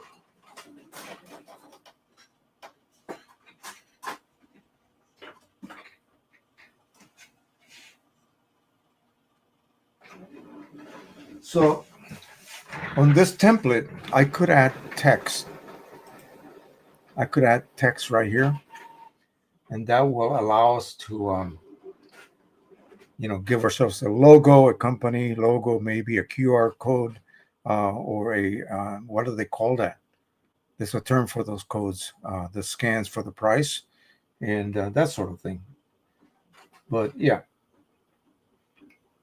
works really beautifully. And then we're going to score it. I mean, use the score already, and then flip it in half. I have envelopes that are sold by Red River in the back as well. Let's see if we have to do something to this. Yeah, the little dent is there, but it printed right on it, so I don't think it's going to be a problem. And that is wrong, and I know exactly what happened. Damn it. It's done this to me again more than enough times. It's just me. And Qimage way of doing things. So even though it looks like that, it isn't. Okay, I'll show you what I mean. So we'll go to prints, we go to this side. See that? Fit to page, goofy. And that's it. Now it'll print. Let's do that again. It sort of defaults to a poster mode. You just have to tell it that is not what I want.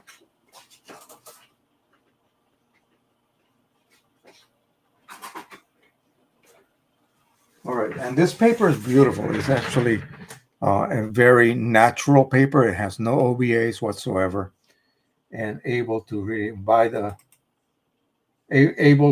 really create a good look as far as color intensity, you name it. And then we'll add about 125. And I want to make sure, is that exposure okay? I think it looks fine. And I think it's saturated enough. We don't have to worry about that.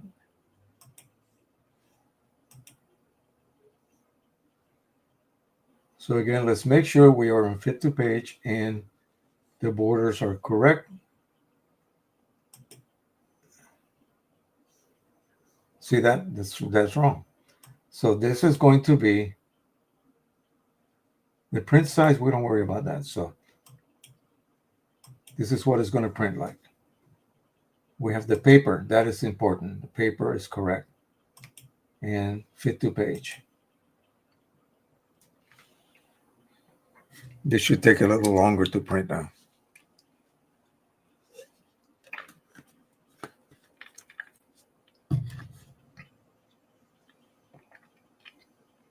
Yeah.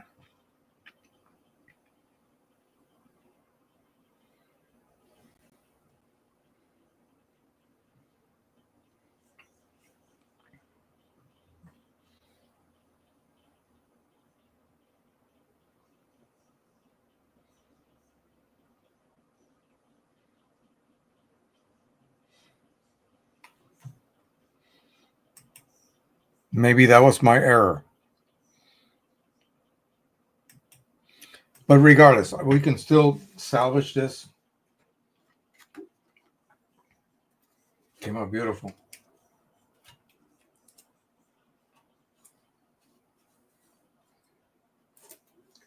Well, that is loading.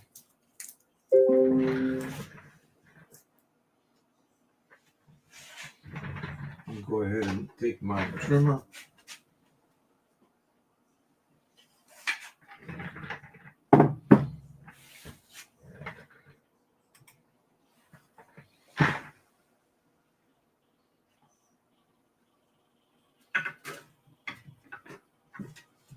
I hope I can do this without messing it up, because this is the max length that you can trim off.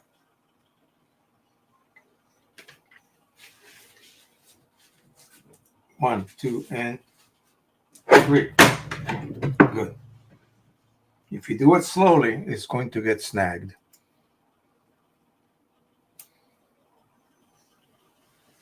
Hey, why don't you hit print?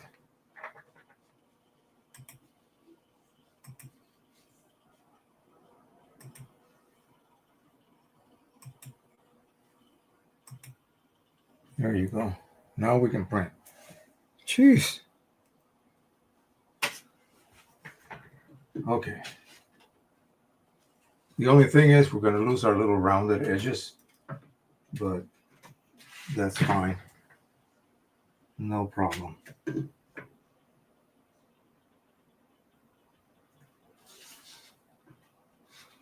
One, two, and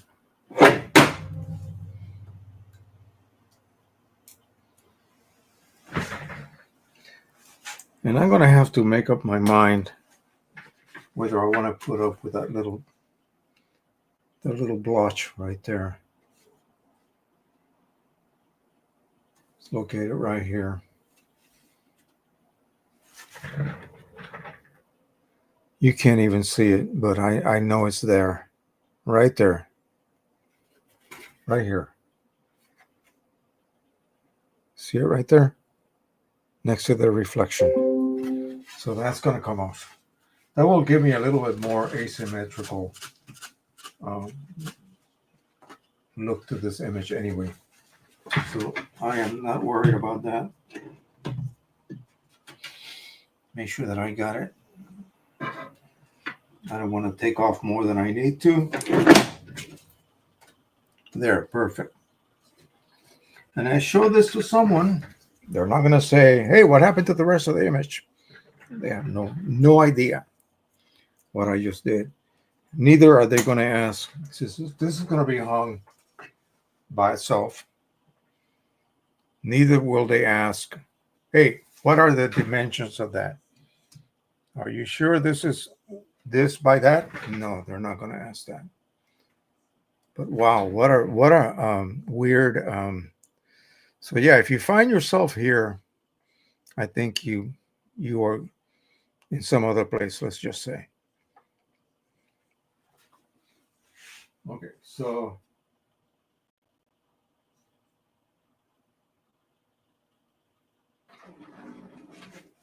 let that finish loading. I'm going to remove some of the dangerous.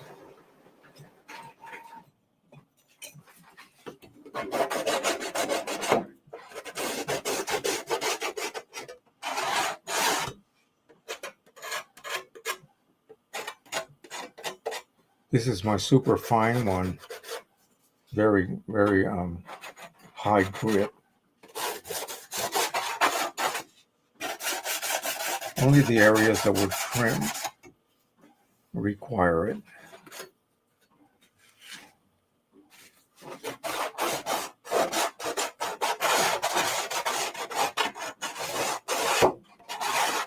This smooths it out beautifully.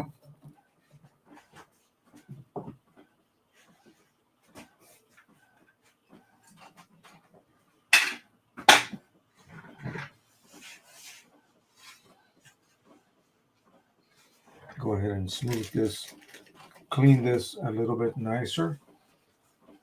Again, in real life, you should wear white cotton gloves when you do this. What the hell?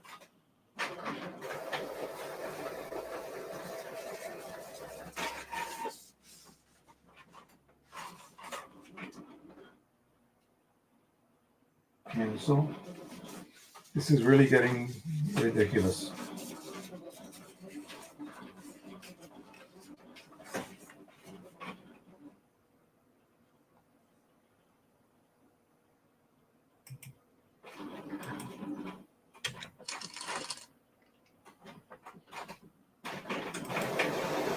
Bear with me, folks.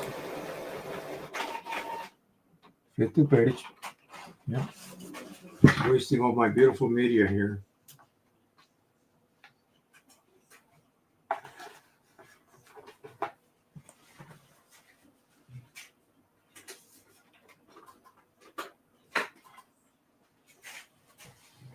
Let me double and triple check this.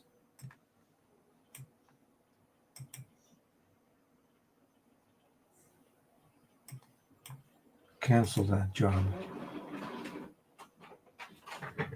Okay, so this came directly from Photoshop.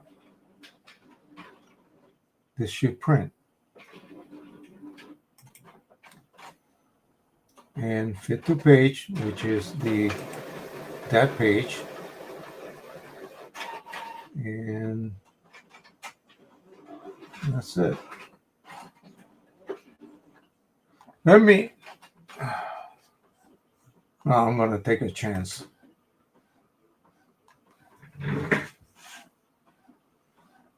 It's printing this with one of my pieces of paper in my cassette.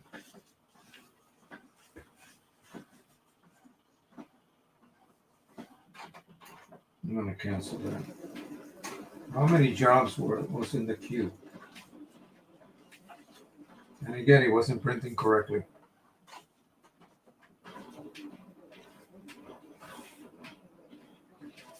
That is very strange. Okay. Let me try this.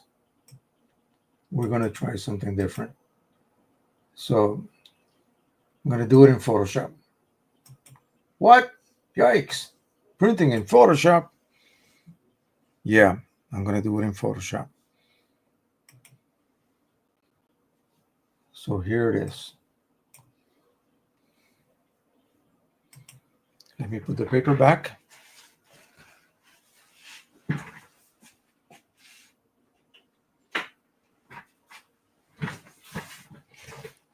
All I should have to do is go to File, Print, and here, go into my print settings, go into my sizes. Do I have that already set?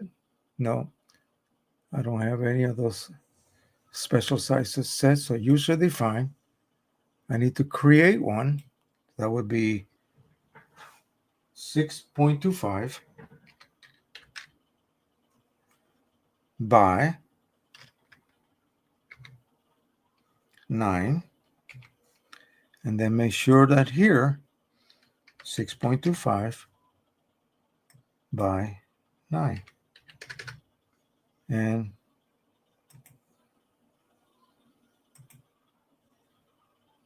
save. 6.25 by 9.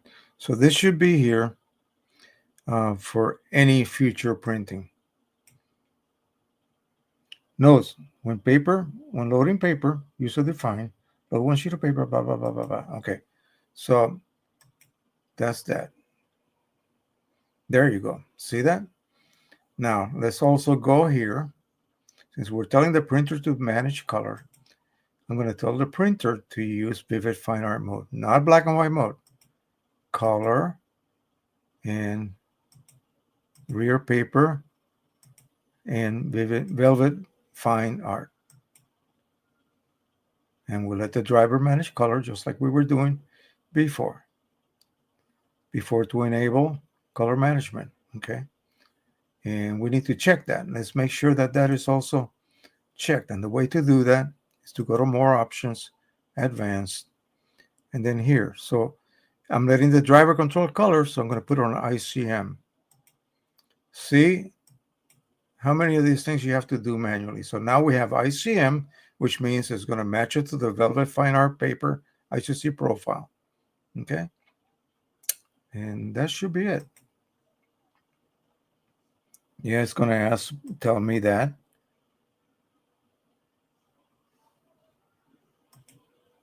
And proceed. And let's see what happens this time, folks.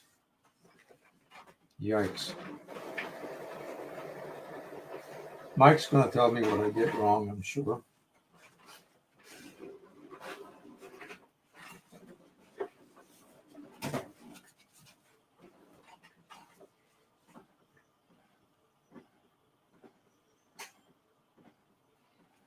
Meanwhile, this is now ready to be processed for mounting.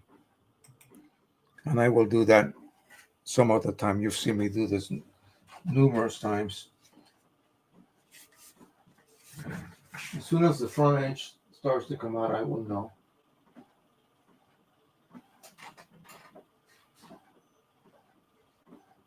Oh, it's printing the bottom edge, so the bottom side. I forgot. But it looks like it's going to be okay.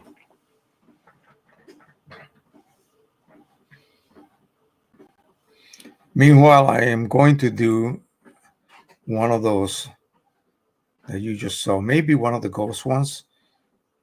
We'll print it on some linen paper, the linen Strathmore.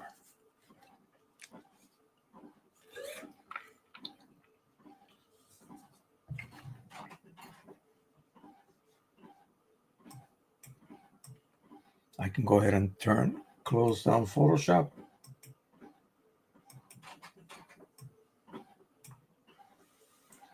So we will go to the 8550. This time I'm going to use user defined. Velvet Fine Art, yes, user defined, but 9 by 12. So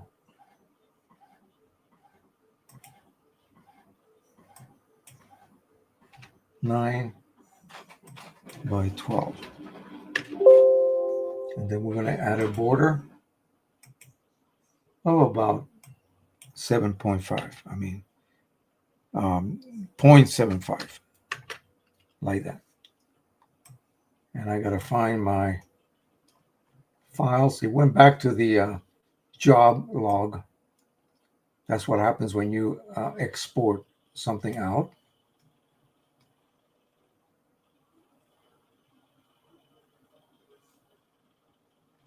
I got to go down further.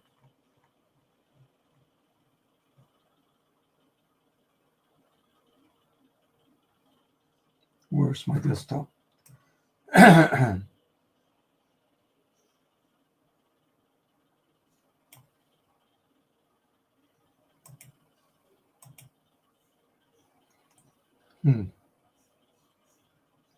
That's crazy. There it is. Okay, let's see. AI images, new AI images.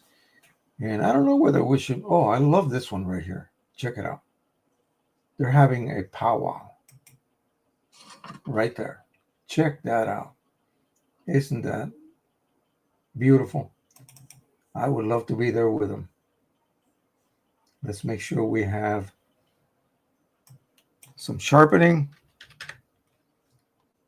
So we're printing on that type of paper that really needs it. Exposure. And I think we'll leave the saturation the same. But before we do that, let that finish loading.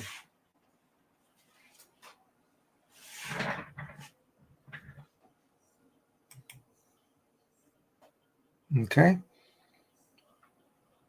It's going to load again.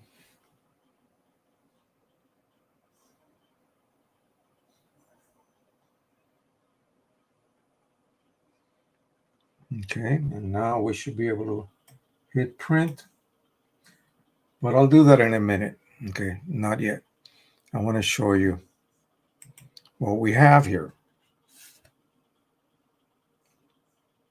And the crease is right there.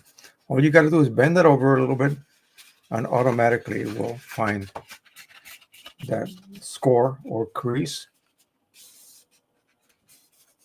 It matches perfectly, edge to edge. Look at that. See that?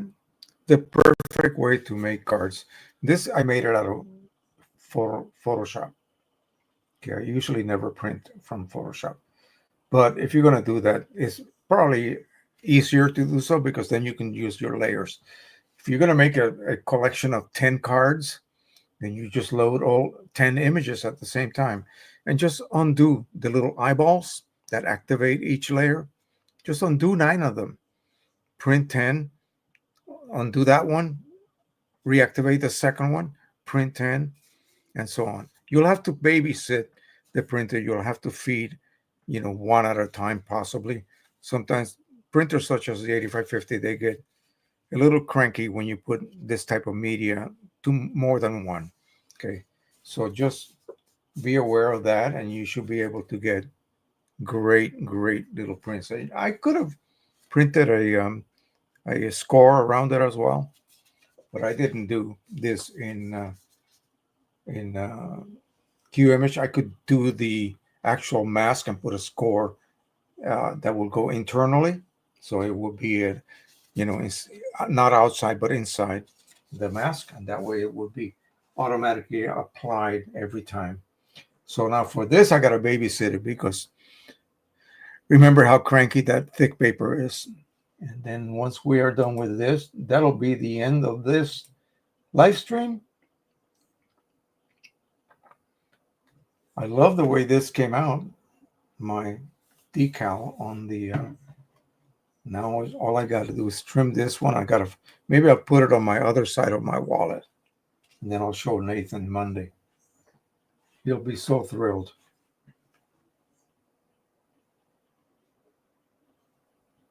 But also I need to find him some I got to readjust the way Qimage uses my cores. He's using regular making 4x6s and 5x7s on Canon paper, on Staples paper. Excuse me, and I also gave him some photoglossy 2 from Canon. That's the 8.5 by 11.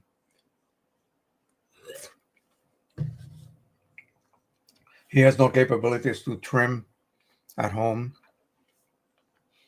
so he would need a good trimmer if he's ever going to get super serious about this. Simply put, all he's doing it is for his friends and himself. He's got them all over his room now, all his little prints, which is awesome. I love it. Anytime you can influence one of your siblings or one of your nephews, whatever, cousins, grandsons, as in my case, that makes me happy.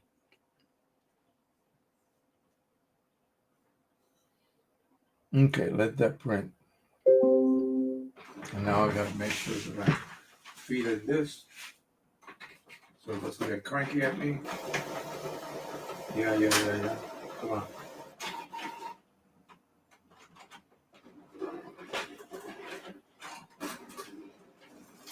And it's going to go through. So you got to maybe do this a couple times. Unfortunately, when it does that, sometimes it leaves marks. So you got to do it just right.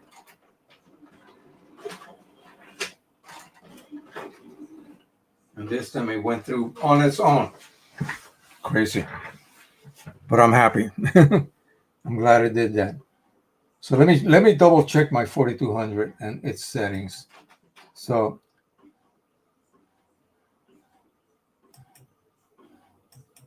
if I see it says 8.5, okay, it says 8.5 right there by 13. That is the custom size. That is the page size. So this is 12, 13, 1, 0, 1, 2, 3, 11, 12, 13, 1, 2, 3, 4, 5, 6, 7, 8.5. This is what I had when I was trying to print. And the border, the actual size of the internal is 8.1 to 12.1. Boom. It should be 1/4 inch more toward the edge. Okay? 8.5 by 13. But this border that I just created is not correct. Okay?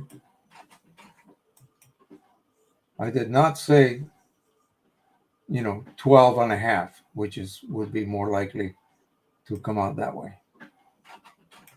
So let's just say I do it 11.5. See that? Still.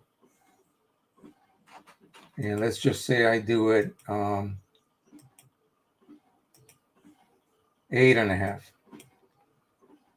or 8.25. So 8.25. I still should have 1/8 of an inch. See that? That's wrong. That should not be happening. So that should not be happening. Okay. If I click on it like that and let it load, it should show me something about that page.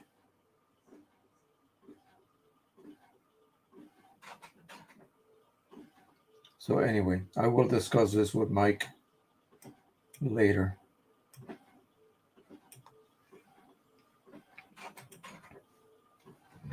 Meanwhile, this is printing out nicely. It'll be another addition to my Halloween display. I nailed down some new photos on my stairwell wall, both sides. So I'm going to be creating my little so-called gallery, if you will. Let's take a look at this. This is the complete set of old set of Red River. I'm going to have to go in there and test some of these maybe next week. So this has complete sample kit. So I don't know whether it has any of the newer papers. Obviously, it will not, because this is probably when they sent me a whole boatload of stuff back in the days when he was interested in seeing how his papers did on third-party inks.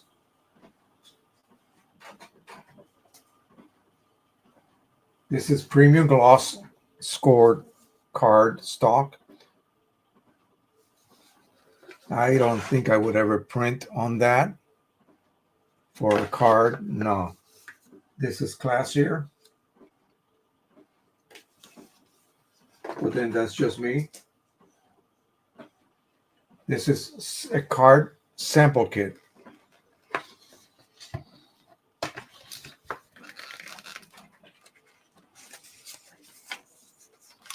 Here are the envelopes.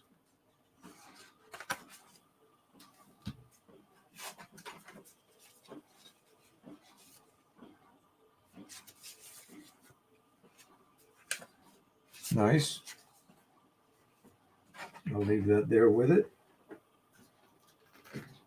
All right, well, let's see how many different types. That's already done printing. So let's see how many different types of paper came in that card stock, because there's quite a few here.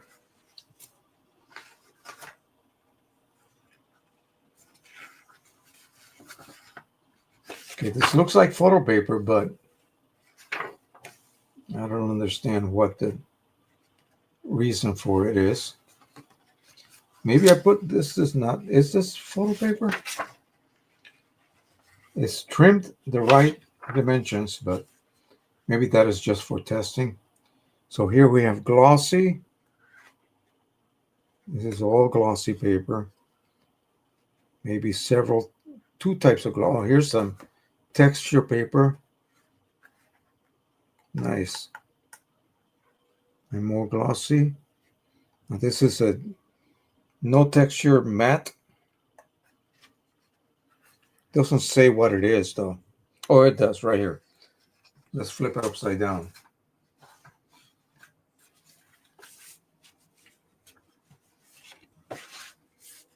So this is Pecos River Gloss, which I have a box of it.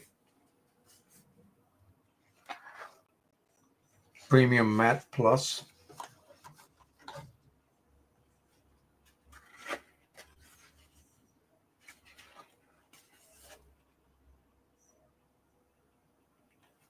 This is very hard to read. Paper canvas. Oh, all right. Yep, this looks like canvas. I got to buy some of that. This is beautiful.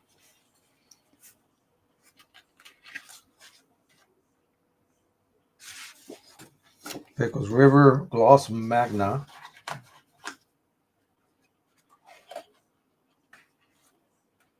Magna, I believe, means in this particular case it is thicker.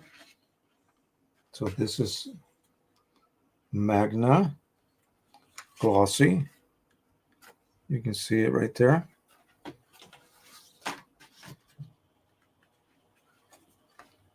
This is Polar Matte Magna. So I think it's just thicker. Yeah, it feels heavier. Polar Matte. Polar Matte double-sided. How am I going to use the double-sided if you print it Polar Matte right on it? I hope you don't do that to your normal. So that means I can print something internally as well.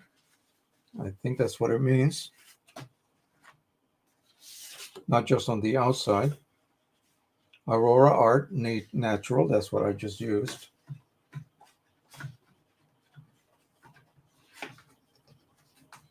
And this is Aurora White double-sided. Whoa. That cannot be.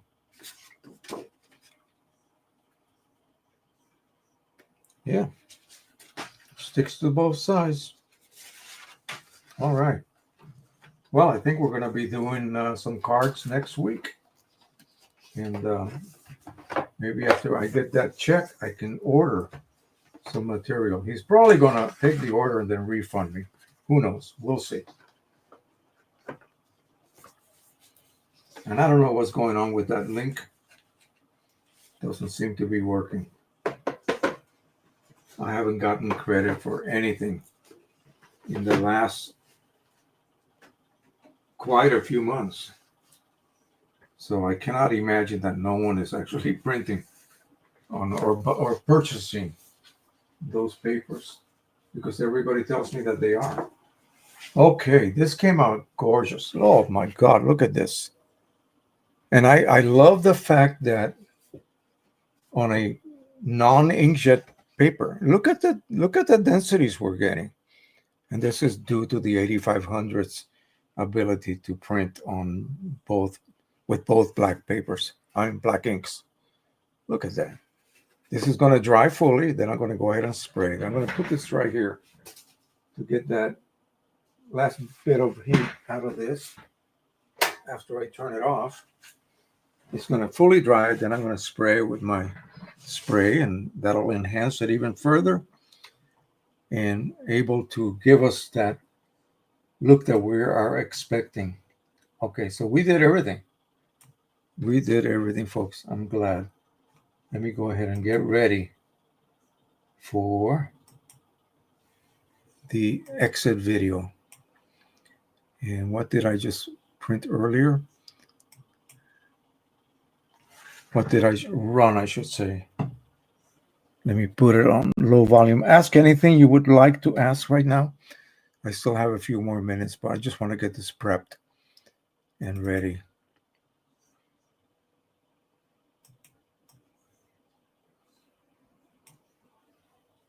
Okay, so this is going to be the user videos from you guys. And I'm going to load this behind it like so. Okay, so let me see what we have here. Mikey says, I've always, this is Mike, but it's under, yeah, look what it did to his name. I always seem to catch the end of your streams on your old XP4200. You have custom margins defined on the left and right.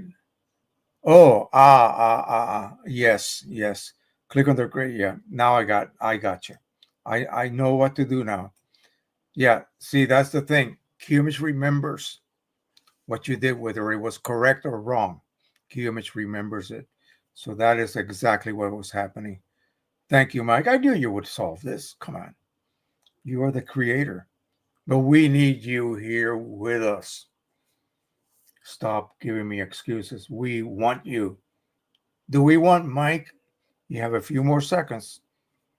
Just tell me right here on the chat. Those of you who are left, do you want to see Mike Chaney come on live and tell us about all of the changes that they incorporated in these last few versions of Photoshop, especially the New Year version and the yes, see that? Yes, we want Mike. Come on, don't be shy. Make him squirm. Come on. Show him the love that I know you guys have for Qimage. There you go. That's just 2. And I'm sure the rest of the 22 also want you here. So, Mike, we want you. Look at that. Richard Bender, the expert. Richard Bender wants you here. Okay. And I want you here. Please. All right, you guys. Boy, I tell you. I love to beg sometimes, but in this case, it's worth it. So I think that's going to be it. I'm so glad that all of you were able to join us today. Have a wonderful week. I certainly plan to. I might actually do an actual new video. Wait. We'll send something. We'll set something up, he says. Yeah, now we know. We got you now. Okay. We need you. Really, we do. All right. Thank you again, everyone. We will see you next week. Happy printing. Don't forget to subscribe, share, and like. Oh, I forgot to show you the recent level that we are at in the channel. And I say we because this is a whole community that have helped bring this channel back to life again. So I will always include you guys and not just I. No, it's always we. So we will see you next week. Bye-bye, everybody.